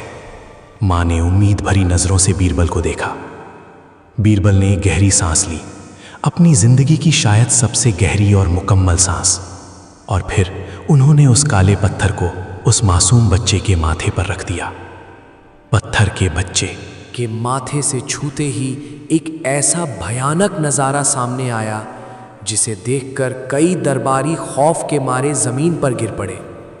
उस काले पत्थर से कोई रोशनी नहीं निकली, बल्कि एक गहरी काली धुंध पैदा हुई। वो धुंध एक सांप की तरह बच्चे के माथे से होती हुई उसके पूरे शरीर पर फैल गई। ऐसा लग रहा था जैसे वो पत्थर बच्चे के शरीर के अंदर मौजूद जहर को बाहर खींच रहा हो। बच्चे का शरीर हवा में कुछ इंच ऊपर उठ गया। उसके नीले पड़ चुके चेहरे पर अचानक एक अजीब सी हलचल हुई। उसके शरीर की नसें जो काली पड़ चुकी थीं, वे वापस लाल होने लगीं। मुंह से निकलता हुआ सफ़ेद झाग सूख गया। लेकिन ठीक उसी पल बीरबल के साथ जो हुआ वो दिल दहला देने वाला था। जैसे जैसे बच्चे के शरीर में जान लौट रही थी, वैसे वैसे बीरबल के शरीर से जान निकल रही थी। बीरबल का चेहरा अचानक सफ़ेद पड़ने लगा, जैसे उनके शरीर का सारा खून पानी बन गया हो। उनकी आंखें जो हमेशा चमकती रहती थीं, वे अंदर की तरफ धंसने लगीं। उनके बाल जो पूरी तरह काले थे, उनमें अचानक सफ़ेद लटें उभरने लगीं। साधु का श्राप सच साबित हो रहा था। ब्रह्मांड का नियम काम कर रहा था। जिंदगी के बदले जिंदगी का सौदा हो रहा था। बीरबल की सांसें बच्चे के फेफड़ों में जा रही थीं और बच्चे की मौत बीरबल के जिस्म में उतर रही थी। अचानक एक जोरदार झटके के साथ बच्चा जमीन पर आ गिरा। उसने एक बहुत गहरी सांस ली, ठीक वैसी ही सांस जैसी एक नवजात बच्चा पैदा होने के बाद लेता है। बच्चे ने अपनी आंखें खोली। उसकी आंखें बिल्कुल साफ थीं। जहर का कोई नामो निशान नहीं था। बच्चे ने अपने सामने रोती हुई औरत को देखा और अपनी धीमी आवाज में कहा, माँ। वो औरत खुशी से पागल हो गई। उसने बच्चे को अपने सीने से लगा लिया और बीरबल के पैरों को चूमने लगी। वो बार बार कह रही थी कि आप भगवान हैं, आपने मेरे बच्चे को मौत के मुंह से निकाल लिया। लेकिन बीरबल उसकी बातें सुनने की हालत में नहीं थे। जैसे ही बच्चे ने आंखें खोली, बीरबल का शरीर किसी कटे हुए पेड़ की तरह धड़ाम से जमीन पर गिर पड़ा। उनके हाथ से वो काला पत्थर छूटकर दूर लुढ़क गया। दरबार में चीख पुकार मच गई। बादशाह अकबर दौड़कर बीरबल के पास पहुंचे। उन्होंने बीरबल का सिर अपनी गोद में रख लिया। मुगल आजम, जिसके सामने दुनिया के बड़े बड़े राजा कांपते थे, आज अपने वजीर की हालत देखकर फूट फूट कर रो रहा था। अकबर ने बीरबल के गालों को थपथपाते हुए कहा कि बीरबल, आंखें खोलो, ये तुमने क्या कर दिया? एक बच्चे के लिए तुमने मुगल हुकूमत को अनाथ कर दिया। आंखें खोलो बीरबल। बीरबल ने बहुत ही मुश्किल से अपनी भारी हो चुकी पलकें खोलीं। उनकी हर एक सांस उखड़ रही थी। ऐसा लग रहा था जैसे उनके सीने पर कोई बहुत भारी पत्थर रख दिया गया हो। बीरबल के होंठ कांपे। उन्होंने एक बेहद धीमी और दर्द भरी आवाज में कहा, जहां पना, मौत तो एक दिन सबको आनी है, लेकिन आज जो जिंदगी मैंने बचाई है वो मुझे मुकम्मल कर गई। अब मौत का कोई खौफ नहीं। बीरबल को खांसी का एक भयानक दौरा पड़ा। उनके मुंह से खून की कुछ बूंदें बाहर आ गईं। मिर्ज़ा कासिम भीड़ के पीछे खड़ा था। वो अपने चेहरे पर झूठा दुख दिखाने की कोशिश कर रहा था, लेकिन अंदर ही अंदर वो नाच रहा था। उसका रास्ता साफ हो गया था। बीरबल ख़त्म हो रहा था और अब वो तीनों आसमानी पत्थर मिर्ज़ा कासिम के लिए लावारिस पड़े थे। तभी दरबार का माहौल एक बार फिर बदल गया। दीवान खास के दरवाजे एक बार फिर तेज हवा के झोंके के साथ खुले। मशालों की रोशनी फिर से कांपी। दरवाजे पर वही बूढ़ा साधु खड़ा था, वही फटे हुए कपड़े, वही सफेद दाढ़ी और आंखों में वही दहकते हुए अंगारे। साधु को देखते ही दरबार में सन्नाटा छा गया। बादशाह अकबर ने रोते हुए साधु की तरफ देखा और चिल्लाकर कहा कि तुम क्यों आए हो? तुमने कहा था कि ये पत्थर वरदान है, लेकिन इन्होंने मेरे बीरबल की जान ले ली। तुम धोखेबाज हो, इसे वापस ठीक करो। साधु धीमी गति से चलता हुआ अकबर और बीरबल के पास आकर खड़ा हो गया। उसने जमीन पर पड़े उस काले पत्थर की तरफ देखा और फिर बीरबल के पीले पड़ चुके चेहरे की तरफ। साधु के चेहरे पर एक अजीब सी रहस्यमयी मुस्कान तैर गई। उसने अपनी पुरानी छड़ी को जमीन पर टिकाया और अपनी गूंजती हुई आवाज में कहा, जहां पना, मैंने कभी धोखा नहीं दिया। मैंने कहा था कि तीसरा वरदान इंसान की सबसे बड़ी परीक्षा है। बीरबल ने अपनी जान दांव पर लगाकर इस ब्रह्मांड को ये दिखा दिया है कि इंसानियत आज भी जिंदा है। बीरबल ने परीक्षा पास कर ली है। अकबर ने बेचैनी से पूछा कि अगर परीक्षा पास कर ली है तो इसकी जान क्यों जा रही है? क्या बीरबल बच जाएगा? साधु ने सिर हिलाते हुए कहा कि नहीं जहांपना, कुदरत का नियम अटल है। जो मौत को चुनौती देता है उसे मौत की कीमत चुकानी पड़ती है। बीरबल की सांसों की उल्टी गिनती शुरू हो चुकी है। अब इसके जिस्म में एक जहर फैल रहा है जो इसे अंदर ही अंदर खत्म कर देगा। इसकी मौत तय है। यह सुनकर मिर्जा कासिम की खुशी का ठिकाना नहीं रहा। लेकिन तभी साधु ने अपनी छड़ी को जमीन पर जोर से पटका। उसने कहा, लेकिन बीरबल अभी मरेगा नहीं। इसके पास अभी भी कुछ वक्त बाकी है और इस वक्त में इसे एक और आखिरी फैसला करना है। साधु ने बीरबल की तरफ झुककर कहा कि बीरबल, तुमने एक मासूम की जान बचाई है। मौत तुम्हारी सांसें गिन रही है, लेकिन तुम्हारे पास अभी भी वो नीले और सफ़ेद पत्थर मौजूद हैं। जो सच तुमने अब तक छुपा कर रखा था, अब वक्त आ गया है कि उस सच को दुनिया के सामने लाया जाए। बीरबल ने अपनी पूरी ताकत लगाकर अपना सिर उठाया। उनकी नज़रें सीधे मिर्ज़ा कासिम पर जाकर टिक गईं। मिर्ज़ा कासिम के रोंगटे खड़े हो गए। बीरबल के होठों पर मौत के दर्द के बावजूद एक मुस्कान आ गई। उन्होंने अपनी कांपती हुई उंगलियों से अपनी जेब में रखा वो नीला पत्थर बाहर निकाला। दूसरा वरदान, सच जानने का वरदान। बीरबल ने कहा कि जहां पना मेरी सांसें टूटें, उससे पहले मैं इस मुगल दरबार के सबसे बड़े गद्दार को बेनकाब करना चाहता हूं। पूरे दरबार की नज़रें मिर्ज़ा कासिम की तरफ घूम गईं। मिर्ज़ा के पसीने छूटने लगे। उसने सोचा कि बीरबल तो मर रहा है, अब वो क्या कर लेगा। लेकिन बीरबल का खेल अभी ख़त्म नहीं हुआ था। मौत की कगार पर खड़ा एक बुद्धिमान इंसान एक पूरी हुकूमत से ज़्यादा ख़तरनाक हो सकता है, और बीरबल अब वही करने जा रहे थे जिसकी कल्पना किसी ने सपने में भी नहीं की थी। दोस्तों, मौत के मुंह में जा चुके बीरबल के हाथ में अभी भी सच उगलवाने वाला नीला पत्थर था, लेकिन मिर्ज़ा कासिम भी कोई कच्चा खिलाड़ी नहीं था। अगले भाग में जब बीरबल वो आखिरी जादुई दांव खेलेंगे तो दरबार में एक ऐसा भयानक सच सामने आएगा जो बादशाह अकबर के पैरों तले ज़मीन खिसका देगा। क्या बीरबल अपनी आखिरी सांस लेने से पहले मिर्ज़ा कासिम का काम तमाम कर पाएंगे, या मिर्ज़ा कासिम उन तीनों पत्थरों को चुराकर मुगल सल्तनत का नया बादशाह बन जाएगा? मौत और धोखे का सबसे बड़ा खेल। दीवाने खास की हवा में अब सिर्फ मौत और खौफ की गंध ही नहीं थी, बल्कि एक ऐसी खौफनाक बेचैनी भी घुल चुकी थी जिसने मुगल सल्तनत के सबसे ताकतवर इंसान की रूह को भी कंपा कर रख दिया था। मुग़ल आज़म जलालुद्दीन मोहम्मद अकबर, जिनके नाम से ही आधी दुनिया थर थर कांपती थी, आज अपने ही शाही तख्त के सामने घुटनों के बल बैठे थे। उनका सीना तेज़ी से ऊपर नीचे हो रहा था और उनकी बाहों में मुग़ल हुकूमत का सबसे नायाब नगीना, सबसे वफादार और सबसे अक्लमंद वज़ीर बीरबल अपनी आखिरी सांसें गिन रहा था। बीरबल का शरीर किसी सूखे पत्ते की तरह कांप रहा था। उस काले पत्थर ने उनकी जिंदगी का सारा रस निचोड़ लिया था। उनके चेहरे की रंगत जो कभी सूरज की तरह चमकती थी, अब मौत की सफ़ेद चादर ओढ़ चुकी थी।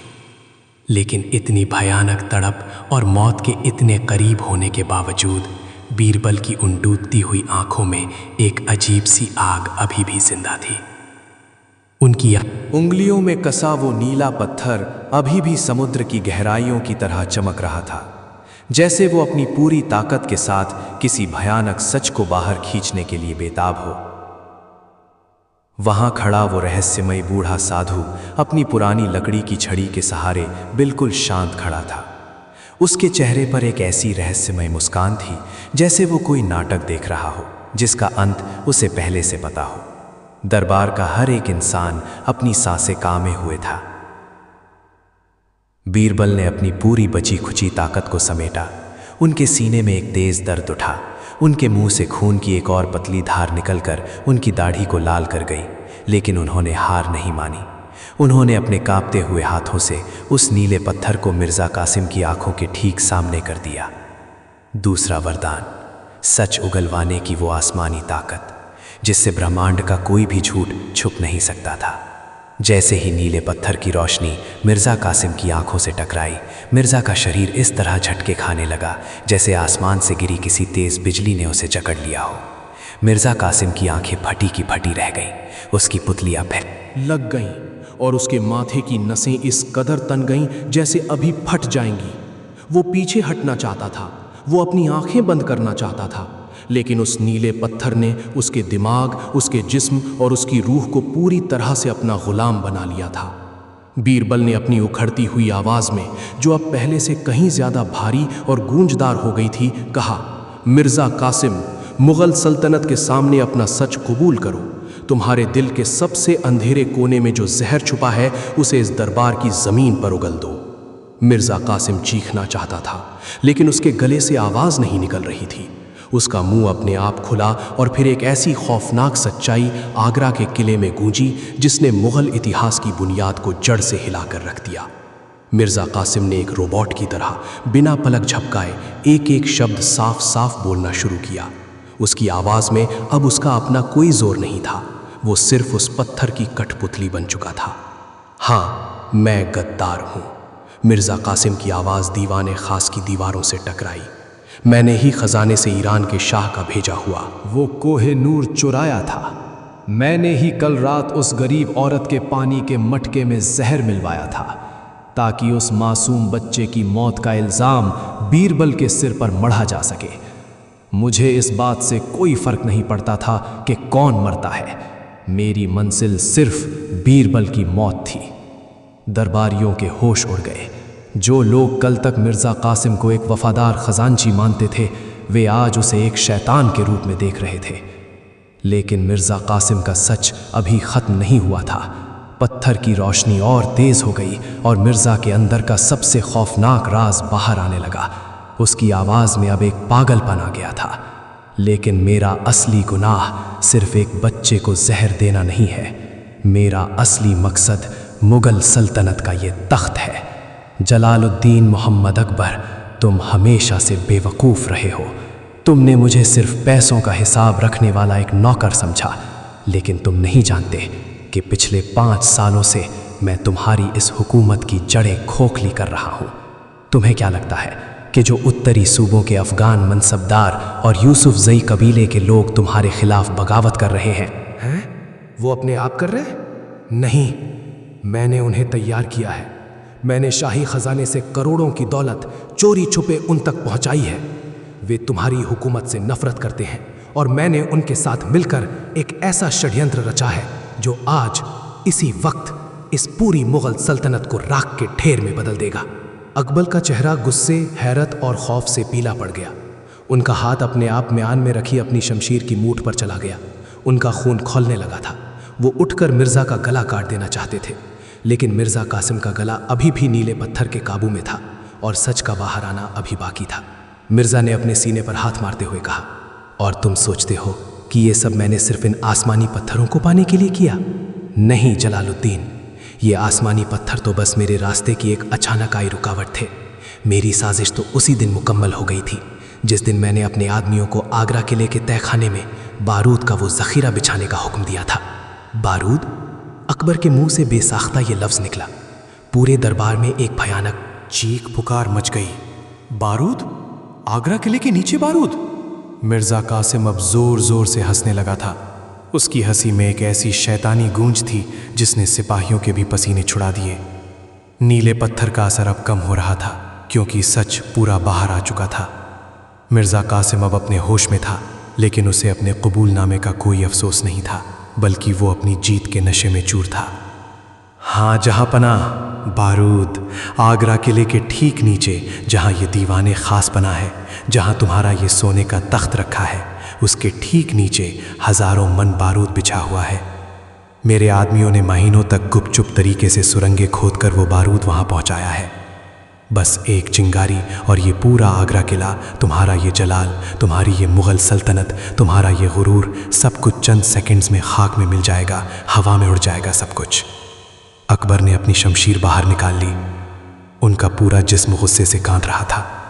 उन्होंने जोर से चिल्लाकर अपने सेनापति को हुक्म दिया, फौरन अपनी पूरी फौज लेकर तहखाने की तरफ जाओ और उस बारूद को ना करो, किले के हर एक कोने को छान मारो। सेनापति अपने सिपाहियों के साथ तहखाने की तरफ पागलों की तरह दौड़ पड़ा। पूरे किले में अफरा तफरी मच गई। दरबारी अपनी जान बचाने के लिए बाहर की तरफ भागने लगे। जो दरबार कुछ देर पहले इंसाफ की जगह था, अब वो मौत का कुआं बन चुका था। लेकिन मिर्जा कासिम की हंसी रुकने का नाम नहीं ले रही थी। उसने अपने दोनों हाथ हवा में फैला दिए और चिल्लाकर बोला, तुम नहीं रोक सकते जलालुद्दीन। कोई सेनापति, कोई फौज उस बारूद को नहीं रोक सकती, क्योंकि वो पलीता कल रात ही सुलग चुका है। मैंने एक ऐसा धीमा सुलगने वाला पलीता वहां लगाया था जो घंटों तक चलता है, और अब वो पलीता उस हजारों मन बारूद के बिल्कुल करीब पहुंच चुका होगा। शायद अब सिर्फ चंद पल बाकी हैं। शायद एक पल बाद ही हमारे पैरों के नीचे की ये जमीन फट जाएगी। तुम सब मारे जाओगे, बीरबल मरेगा, और इस राख पर मेरे अफगान दोस्त मुगल हुकूमत का नया तख्त सजाएंगे। ये सुनते ही दरबार में कयामत का मंजर छा गया। लोगों को अब महसूस होने लगा था कि जमीन सचमुच गर्म हो रही थी। खौफ और दहशत ने सबको अंधा रद दिया था। अकबर का गुस्सा अब अपनी हदें पार कर चुका था। वो शेर की तरह दहाड़ते हुए अपनी शमशीर लेकर मिर्जा कासिम की तरफ दौड़े। वो उस गद्दार का सिर एक झटके में धड़ से अलग कर देना चाहते थे, लेकिन तभी जमीन पर मौत से लड़ रहे बीरबल ने अपनी आखिरी ताकत से अपने कांपते हुए हाथों से अकबर का पैर पकड़ लिया। अकबर वहीं रुक गए। उन्होंने नीचे देखा। बीरबल का चेहरा पूरी तरह सफेद पड़ चुका था। उनकी आंखों की रोशनी लगभग जा चुकी थी, लेकिन उनके हाथ में वो पहला वरदान, चांदनी की तरह चमकता हुआ सफेद पत्थर मौजूद था। वो पत्थर जिससे मांगी गई कोई भी चीज पल भर में सामने आ सकती थी, बशर्ते वो अपने फायदे के लिए ना मांगी जाए। बीरबल ने बड़ी ही मुश्किल से एक एक लफ्ज जोड़ते हुए कहा, जहां पना, खून बहाने से बारूद नहीं बुझेगा। हमें वक्त चाहिए। अगर तलवार चलेगी तो हम सब राख हो जाएंगे। अकबर ने अपनी शमशीर वहीं फेंक दी और वापस बीरबल के पास घुटनों के बल बैठ गए। अकबर की आंखों से आंसुओं की झड़ी लगी हुई थी। लेकिन मैं क्या करूं बीरबल? वो गद्दार कह रहा है कि बारूद फटने वाला है, मेरे सिपाही वहां तक नहीं पहुंच पाएंगे, हम सब खत्म हो जाएंगे बीरबल, ये सल्तनत खत्म हो जाएगी। बीरबल के सूखे हुए होठों पर एक दर्द भरी लेकिन बेहद सुकून वाली मुस्कान तैर गई। उन्होंने कहा, अभी आपका ये नाचीज वजीर बीरबल जिंदा है जहां पना, मुगल सल्तनत पर आंच मेरे मरने के बाद ही आ सकती है। बीरबल ने उस चमकते हुए सफेद पत्थर को अपनी दोनों हथेलियों के बीच कसकर दबा लिया। ये उनकी जिंदगी का आखिरी दांव था।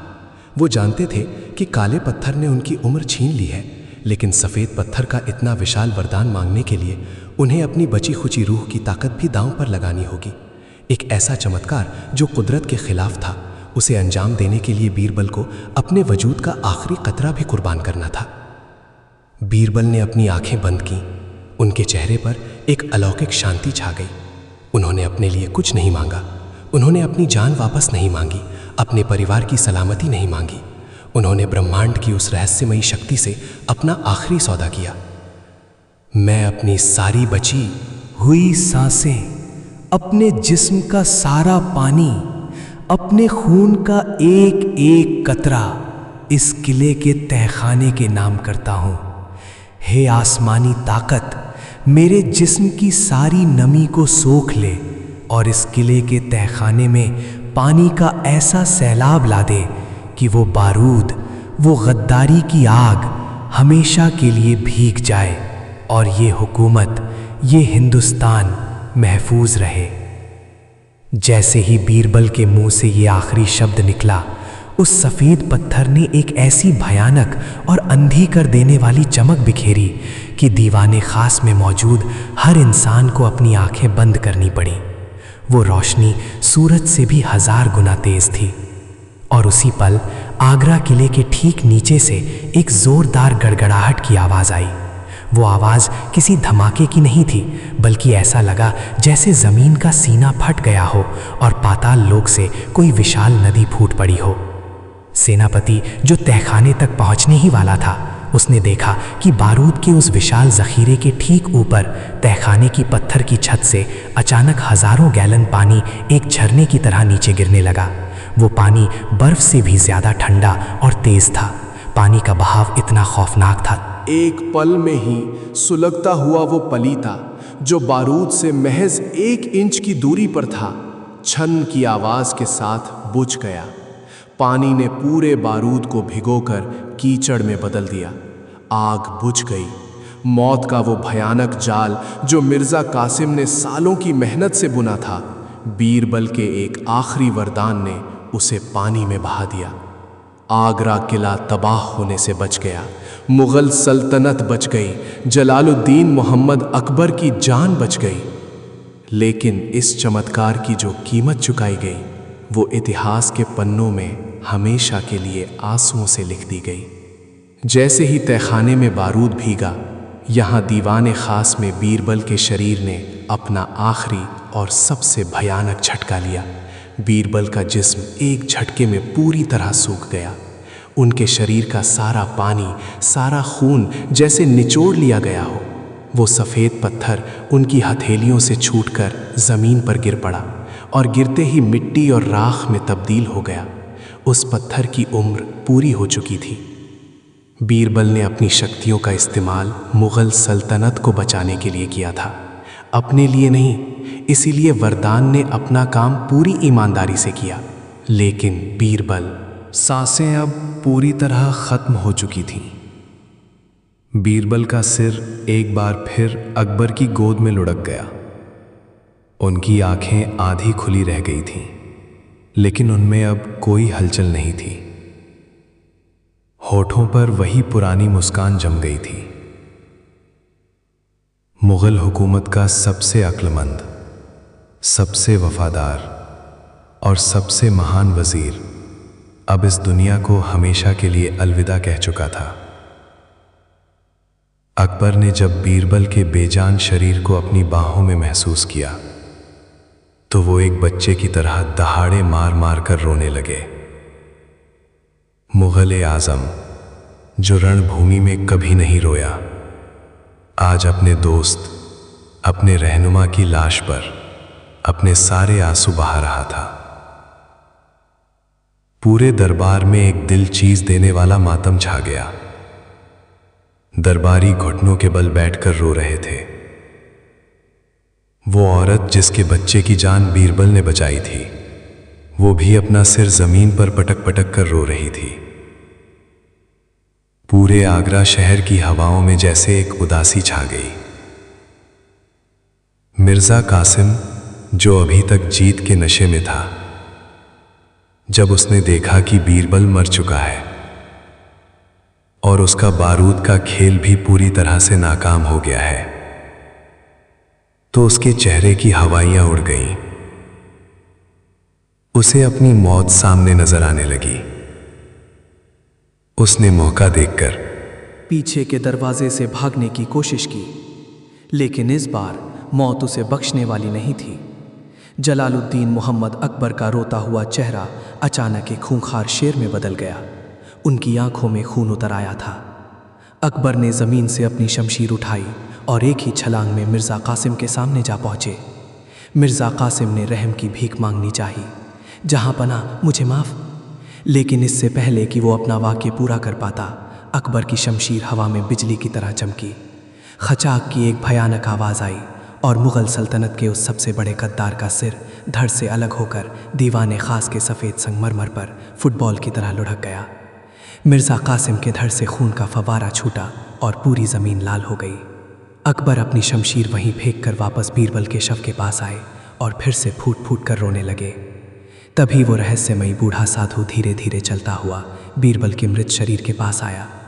उसने ज़मीन पर पड़े हुए उस नीले पत्थर और उस काले पत्थर को उठाया। वे दोनों पत्थर अब अपनी सारी चमक खो चुके थे। उनका सारा जादू खत्म हो चुका था। अब वे बिल्कुल सादा रण नदी के पत्थरों की तरह लग रहे थे। साधु ने बीरबल के ठंडे पड़ चुके माथे पर अपना हाथ रखा और एक गहरी सांस छोड़ते हुए पूरे दरबार को संबोधित करते हुए कहा, जहांपना, रोइए मत। जो इंसान दूसरों के लिए अपनी जान कुर्बान कर दे, उसे कोई पत्थर, कोई जादुई वरदान महान नहीं बनाता। उसका बलिदान ही उसका सबसे बड़ा वरदान होता है। बीरबल ने आज साबित कर दिया कि असली शक्ति इन आसमानी पत्थरों में नहीं, बल्कि एक इंसान के सीने में धड़कने वाले दिल और उसकी नीयत में होती है। साधु ने मुड़कर अकबर की तरफ देखा और कहा, जहांपना, अब आपको इन पत्थरों से डरने की कोई ज़रूरत नहीं है। बीरबल के इस महान बलिदान ने इन पत्थरों की आसमानी ताकत को हमेशा के लिए शांत कर दिया है। अब ये सिर्फ मिट्टी के बेजान टुकड़े हैं। बीरबल ने इन्हें जीत कर मुकम्मल कर दिया। इतना कहकर वो रहस्यमयी साधु दरबार के दरवाजे की तरफ बढ़ा और पलक झपकते ही जैसे हवा में धुएं की तरह घुल गया। वो कहाँ से आया था, कौन था? क्या वो खुद कोई देवता था या नियति का कोई खेल? ये राज हमेशा के लिए मुग़ल इतिहास की दीवारों में दफन हो गया। आगरा शहर में कई दिनों तक राजकीय शोक मनाया गया। मुगल इतिहास में बीरबल की जगह कोई दूसरा नहीं ले सका। बीरबल के शव को पूरे शाही सम्मान के साथ यमुना नदी के किनारे ले जाया गया। उनकी चिता सजाई गई और बादशाह अकबर ने भारी मन से अपने सबसे अजीज दोस्त को मुखाग्नि दी। बीरबल की चतुराई, उनकी वफादारी और उनके इस महान बलिदान की कहानियां आज भी हिंदुस्तान की हवाओं में गूंजती हैं। दुनिया जानती है कि बीरबल जैसा कोई नहीं था। लेकिन दोस्तों, जरा रुकिए, क्या कहानी सचमुच यहीं इस चिता की राख के साथ खत्म हो जाती है? क्या बीरबल की मौत ही इस दास्तान का आखिरी पन्ना था? दोस्तों, इतिहास के पन्नों में जो लिखा है, क्या वही पूरा सच है? मौत के उस भयानक मंजर के बाद जब यमुना के किनारे बीरबल की चिता की आग शांत हुई और राख ठंडी पड़ी, तो बादशाह अकबर को उस राख के ढेर में बीरबल की अस्थियों की जगह एक ऐसी चीज़ मिली जिसने मुग़ल हुकूमत की नींदें उड़ा दी। क्या बीरबल सचमुच मारे गए थे या फिर मुग़ल इतिहास का सबसे बड़ा धोखा आगरा के किले में रचा गया था? क्योंकि उस राख में मिला सुराग सीधा अफगान के उन खूंखार बागियों से जुड़ा था, जहां इतिहास कहता है कि बीरबल की असली मौत हुई थी। क्या था वो सुराग? एक ऐसा रहस्य जो अगले और आखिरी भाग में आपके पैरों तले जमीन खिसका देगा, क्योंकि कभी कभी मौत सिर्फ एक शुरुआत होती है। यमुना नदी के किनारे आज एक ऐसा सन्नाटा पसरा था जो शमशान की खामोशी से भी ज्यादा खौफनाक था। कल रात इसी जगह पर मुग़ल हुकूमत के सबसे चमकते सितारे, सबसे अक्लमंद वजीर और बादशाह अकबर के सबसे अजीज दोस्त बीरबल की चिता को मुखाग्नि दी गई थी। रात भर चंदन की लकड़ियां जलती रही थीं और उनके साथ जलता रहा था उस इंसान का वजूद जिसने अपनी आखिरी सांस देकर एक पूरी सल्तनत को राख होने से बचा लिया था। सुबह की ठंडी और धुंधली हवा यमुना के पानी को छूकर गुजर रही थी। सूरज अभी पूरी तरह निकला नहीं था। आसमान में एक अजीब सी उदासी थी। चिता की आग अब शांत हो चुकी थी और सिर्फ सफ़ेद राख का एक ढेर वहां बाकी था, जिसमें से हल्की हल्की गर्माहट और धुएं की लकीरें उठ रही थीं। बादशाह जलालुद्दीन मोहम्मद अकबर अकेले, बिना किसी शाही पहरेदार के, उस राख के थी पास बैठे थे। उनके सिर पर कोई शाही मुकुट नहीं था, उनके बदन पर कोई कीमती लिबास नहीं था।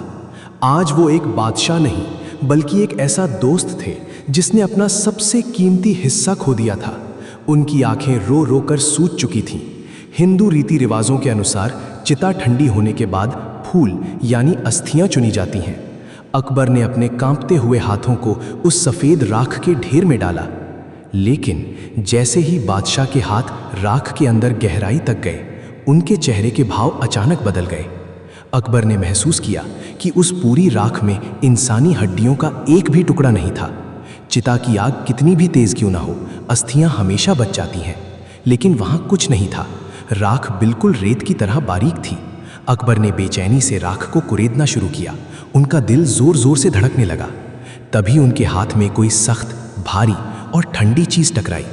वो कोई हड्डी नहीं थी, वो धातु का एक छोटा लेकिन बेहद मजबूत खोखला बेलन था, जिसे संदेश नाल कहा जाता था। ऐसी धातु जिस पर चिता की आग का कोई असर नहीं हुआ था। अकबर ने झटके से उस बेलन को राख से बाहर निकाला।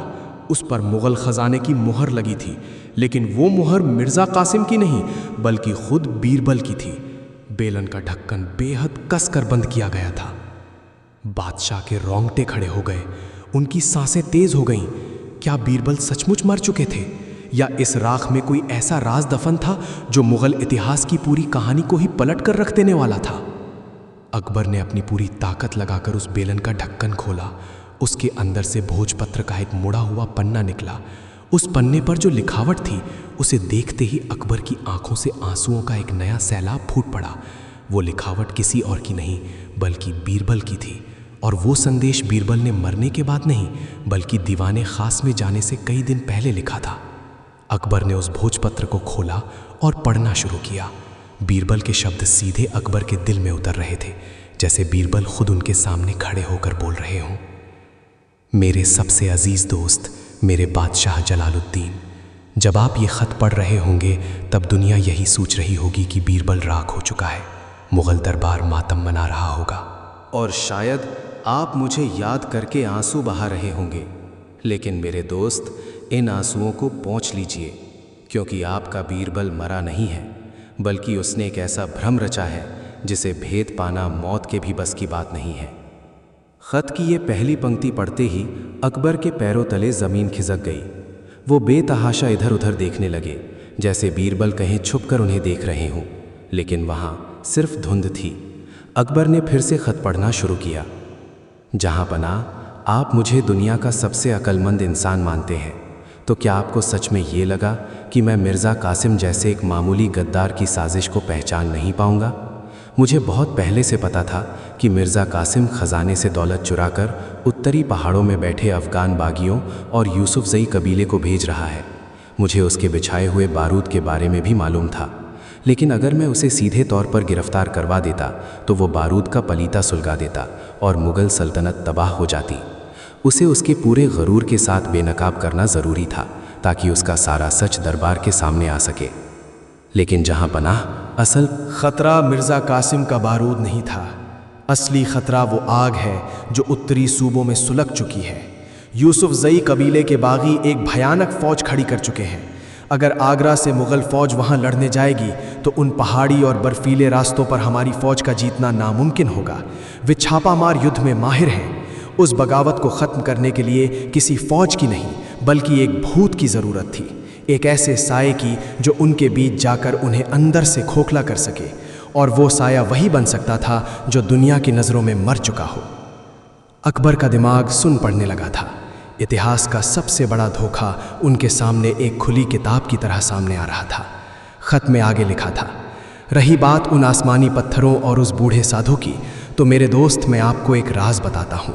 ब्रह्मांड की ताकतें सच में होती हैं, लेकिन वे इंसान की बुद्धि से बड़ी नहीं होती। वो बूढ़ा साधु कोई फरिश्ता नहीं बल्कि हिमालय का एक बहुत पुराना और ज्ञानी वैद्य था, जिसे मैंने खुद खोज निकाला था। वे पत्थर कोई जादुई पत्थर नहीं थे, वे तिब्बत की गुफाओं मिलने वाली ख़ास जड़ी बूटियों और दुर्लभ खनिजों का एक ऐसा मिश्रण थे जो इंसान के दिमाग को सम्मोहित कर सकते थे। जब मैंने उस नीले पत्थर को मिर्ज़ा की आंखों के सामने किया तो उस पत्थर से निकलने वाले एक ख़ास रसायन और मेरे लगातार उसके मन पर वार करने से वो पूरी तरह सम्मोहन के जाल में फंस गया और उसने अपना सारा सच उगल दिया। और जहांपना मेरा मरना भी कोई जादू नहीं था। वो तीसरा काला पत्थर जिसे मैंने उस मासूम बच्चे के माथे पर रखा था, उसमें कोई जहर खींचने की ताकत नहीं थी। उस औरत को मैंने खुद तैयार किया था और उस बच्चे को कोई जहर नहीं बल्कि एक ऐसा गाढ़ा काढ़ा पिलाया गया था जिससे वो कुछ देर के लिए बेहोश हो जाए और जहरीला दिखे। लेकिन मुझे दुनिया की नज़रों में मरना था ताकि मिर्ज़ा कासिम को लगे कि मैं हार रहा हूँ और वो अपने बारूद का सच खुद बक दे। उस काले पत्थर और सफ़ेद पत्थर में हिमालय की एक ऐसी दुर्लभ बूटी का लेप था जिसे हाथों में कसकर दबाने से वो खून में मिल जाती है। उस बूटी का असर ये होता है कि इंसान की नब्ज़, उसकी धड़कन और उसकी सांसें बिल्कुल रुक जाती हैं।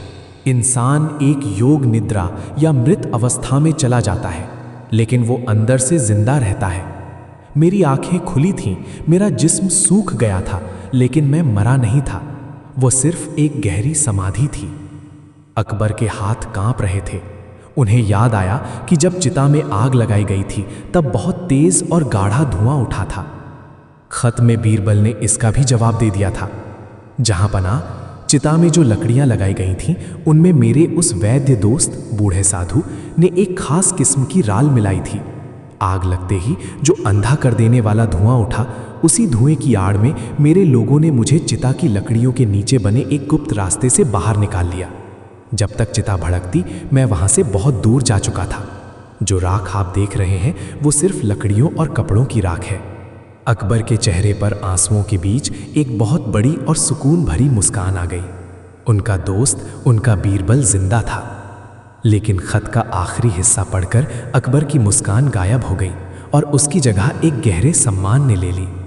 जहांपना मैं जिंदा हूं, लेकिन मुगल दरबार के लिए और इस पूरी दुनिया के लिए बीरबल उसी दीवाने खास में मर चुका है। मैं अब एक आम इंसान के रूप में एक फ़कीर के भेष में उत्तरी पहाड़ों की तरफ निकल चुका हूँ। यूसुफजई कबीले की बगावत को मैं वहीं अंदर घुसकर ख़त्म करूँगा। लेकिन याद रखिए जहांपना, इतिहास हमेशा सच नहीं बोलता। इतिहास वही लिखता है जो दुनिया देखती है, और दुनिया ने बीरबल को मरते देखा है। अब मेरा आपसे आखिरी अनुरोध है, कुछ वक्त बाद जब यूसुफजई कबीले की बगावत चरम पर होगी तब आप अपनी फ़ौज उत्तरी सूबों में भेजेंगे। वहाँ एक भयानक जंग होगी जिसे इतिहास स्वात घाटी का युद्ध या कराकर दर्रे का युद्ध कहेगा।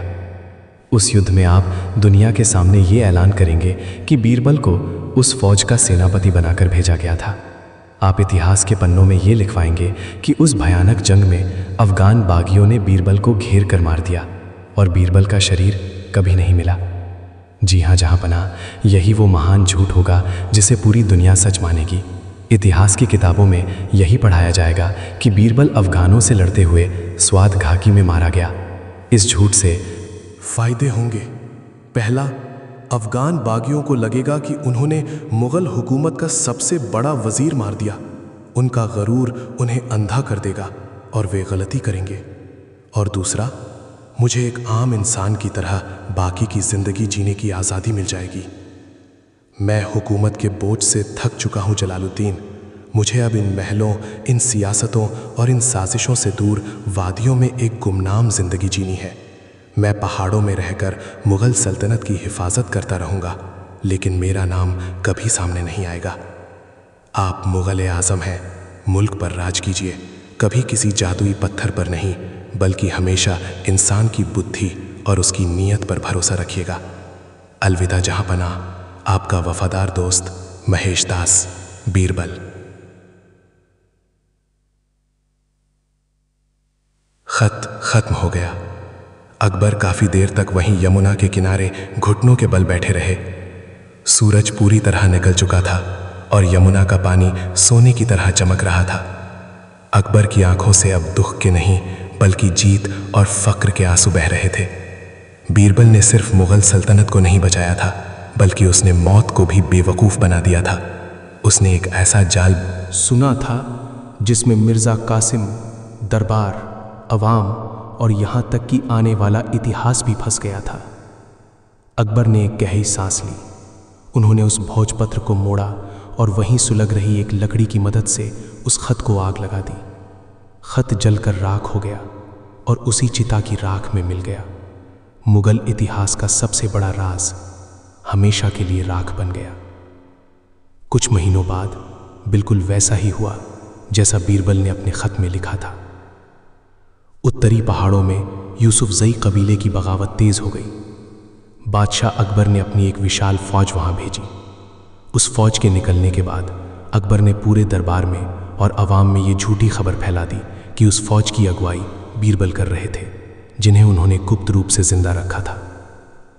स्वात घाटी और कराकर दर्रे में एक भयानक युद्ध हुआ। मुगल फौज ने अफगान बागियों को बुरी तरह कुचल दिया, लेकिन ये जीत मुगल फौज की नहीं थी। बागियों के खेमे में पहले से मौजूद एक रहस्यमयी फकीर ने बागियों के बारूद को गीला कर दिया था और उनके सरदारों के बीच फूट डाल दी थी। वो फकीर कोई और नहीं, बीरबल ही था।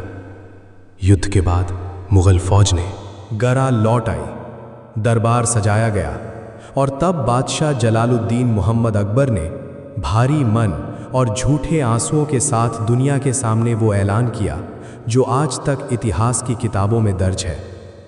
अकबर ने ऐलान किया, स्वात घाटी की जंग में पहाड़ों के बीच लड़ते हुए मुगल सल्तनत के सबसे महान वजीर बीरबल वीर गति को प्राप्त हुए। अफगानों ने उन्हें मार डाला और उनका शरीर पहाड़ियों में कहीं खो गया। दुनिया रो पड़ी, पूरे हिंदुस्तान में मातम मनाया गया। इतिहासकारों ने अपनी किताबों में बीरबल की मौत को इसी तरह दर्ज कर लिया। किसी ने सवाल नहीं उठाया, किसी ने ये नहीं सोचा कि जो इंसान इतना अक्लमंद था कि किसी पहेली में नहीं फंसा, वो अफगानों के जाल में कैसे फंस गया। सच तो ये था कि वो किसी जाल में नहीं फंसा था, वो तो इतिहास की बेड़ियों को तोड़कर आज़ाद हो चुका था। सालों बीत गए, मुगल हुकूमत अपने चरम पर पहुंच गई। बादशाह अकबर बूरे होने लगे थे। एक सर्द शाम जब अकबर दीवाने खास की बालकनी में अकेले खड़े थे, तब एक पहरेदार ने आकर उन्हें एक छोटा सा मखमली थैला दिया। पहरेदार ने बताया कि किले के दरवाजे पर एक बूढ़ा फकीर ये थैला दे गया है और उसने कहा है कि ये बादशाह की सबसे कीमती अमानत है। अकबर ने कांपते हुए हाथों से वो थैला खोला। थैले के अंदर कोई खत नहीं था, कोई कीमती हीरा नहीं था। उस थैले के अंदर हिमालय की नदी से निकाले गए 3 गोल पत्थर थे, एक बिल्कुल सफ़ेद, एक गहरा नीला और एक रात की तरह काला। पत्थरों पर कोई जादू नहीं था, कोई चमक नहीं थी, वे बिल्कुल साधारण पत्थर थे। अकबर के होठों पर एक बहुत ही प्यारी और सुकून भरी मुस्कान आ गई। उन्होंने आसमान की तरफ देखा और धीमी आवाज में कहा, तुम आज भी दुनिया के सबसे अक्लमंद इंसान हो मेरे दोस्त। इतिहास आज भी बीरबल की मौत को एक ट्रेजेडी मानता है। इतिहास आज भी यही कहता है कि बीरबल स्वात घाटी में मारा गया, लेकिन आप और हम जानते हैं कि असली बुद्धिमान वो नहीं होता जो इतिहास के पन्नों में अपनी मौत दर्ज कराए। असली बुद्धिमान वो होता है जो इतिहास को अपने इशारों पर नचाए और खुद हिमालय की शांत वादियों में बैठकर दुनिया का तमाशा देखे। वरदान आसमान से नहीं गिरते, जादुई पत्थर इंसान की किस्मत नहीं बदलते, किस्मत बदलती है इंसान की सोच, उसका साहस और किसी भी कीमत पर इंसानियत को बचाने का उसका जज्बा। बीरबल ने पत्थरों का सहारा लेकर जादू नहीं किया था, बल्कि अपनी बुद्धि का सहारा लेकर एक ऐसा भ्रम रचा था जिसने आने वाली सदियों को भी चकमा दे दिया। जो अपने लिए शक्ति मांगता है वो इतिहास के पन्नों में एक लालची गद्दार मिर्ज़ा कासिम की तरह मारा जाता है, लेकिन जो दूसरों के लिए शक्ति का त्याग करता है वो इतिहास की किताबों से बाहर निकलकर एक अमर दास्तान बन जाता है। तो दोस्तों, देखा आपने, इतिहास की किताबों में हम जो पढ़ते हैं ज़रूरी नहीं कि वही पूरा सच हो। हम सब यही पढ़ते आए हैं कि बीरबल की मौत अफगानों के हाथों स्वात घाटी के युद्ध में हुई थी, लेकिन क्या सच में इतने अक्लमंद इंसान को इतनी आसानी से मारा जा सकता था, या फिर ये भी उनकी बुनी हुई एक शानदार पहेली थी जिसका जवाब सिर्फ अकबर जानते थे?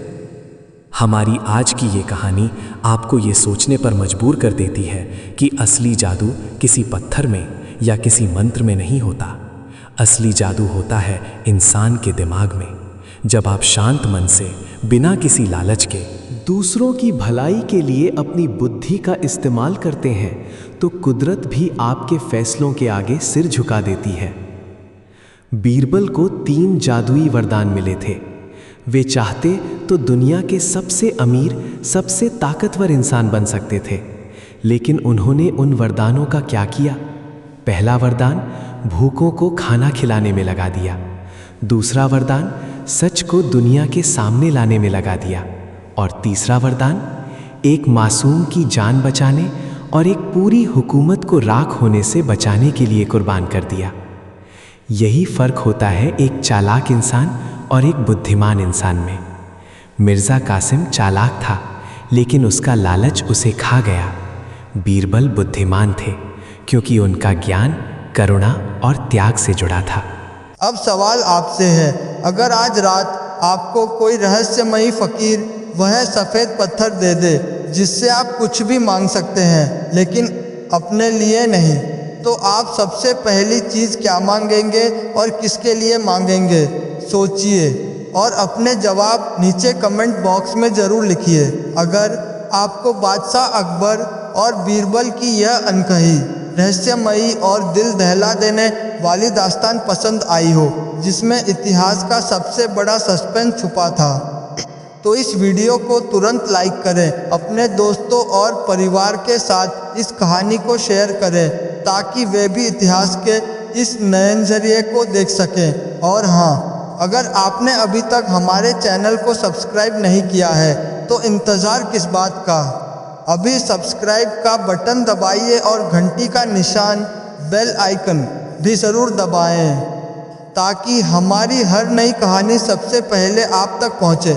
कमेंट में एक बार फिर से लिखिए, बुद्धि ही सबसे बड़ा वरदान है। हम जल्द ही लौटेंगे एक और ऐसी ही शानदार, रहस्यमयी और ज्ञान से भरी कहानी के साथ, जो ना सिर्फ आपका मनोरंजन करेगी बल्कि सोचने के नए दरवाजे भी खोलेगी। तब तक के लिए सुरक्षित रहिए, समझदार बनिए और हमेशा जलाते रहिए अपनी दिमाग की बत्ती। धन्यवाद।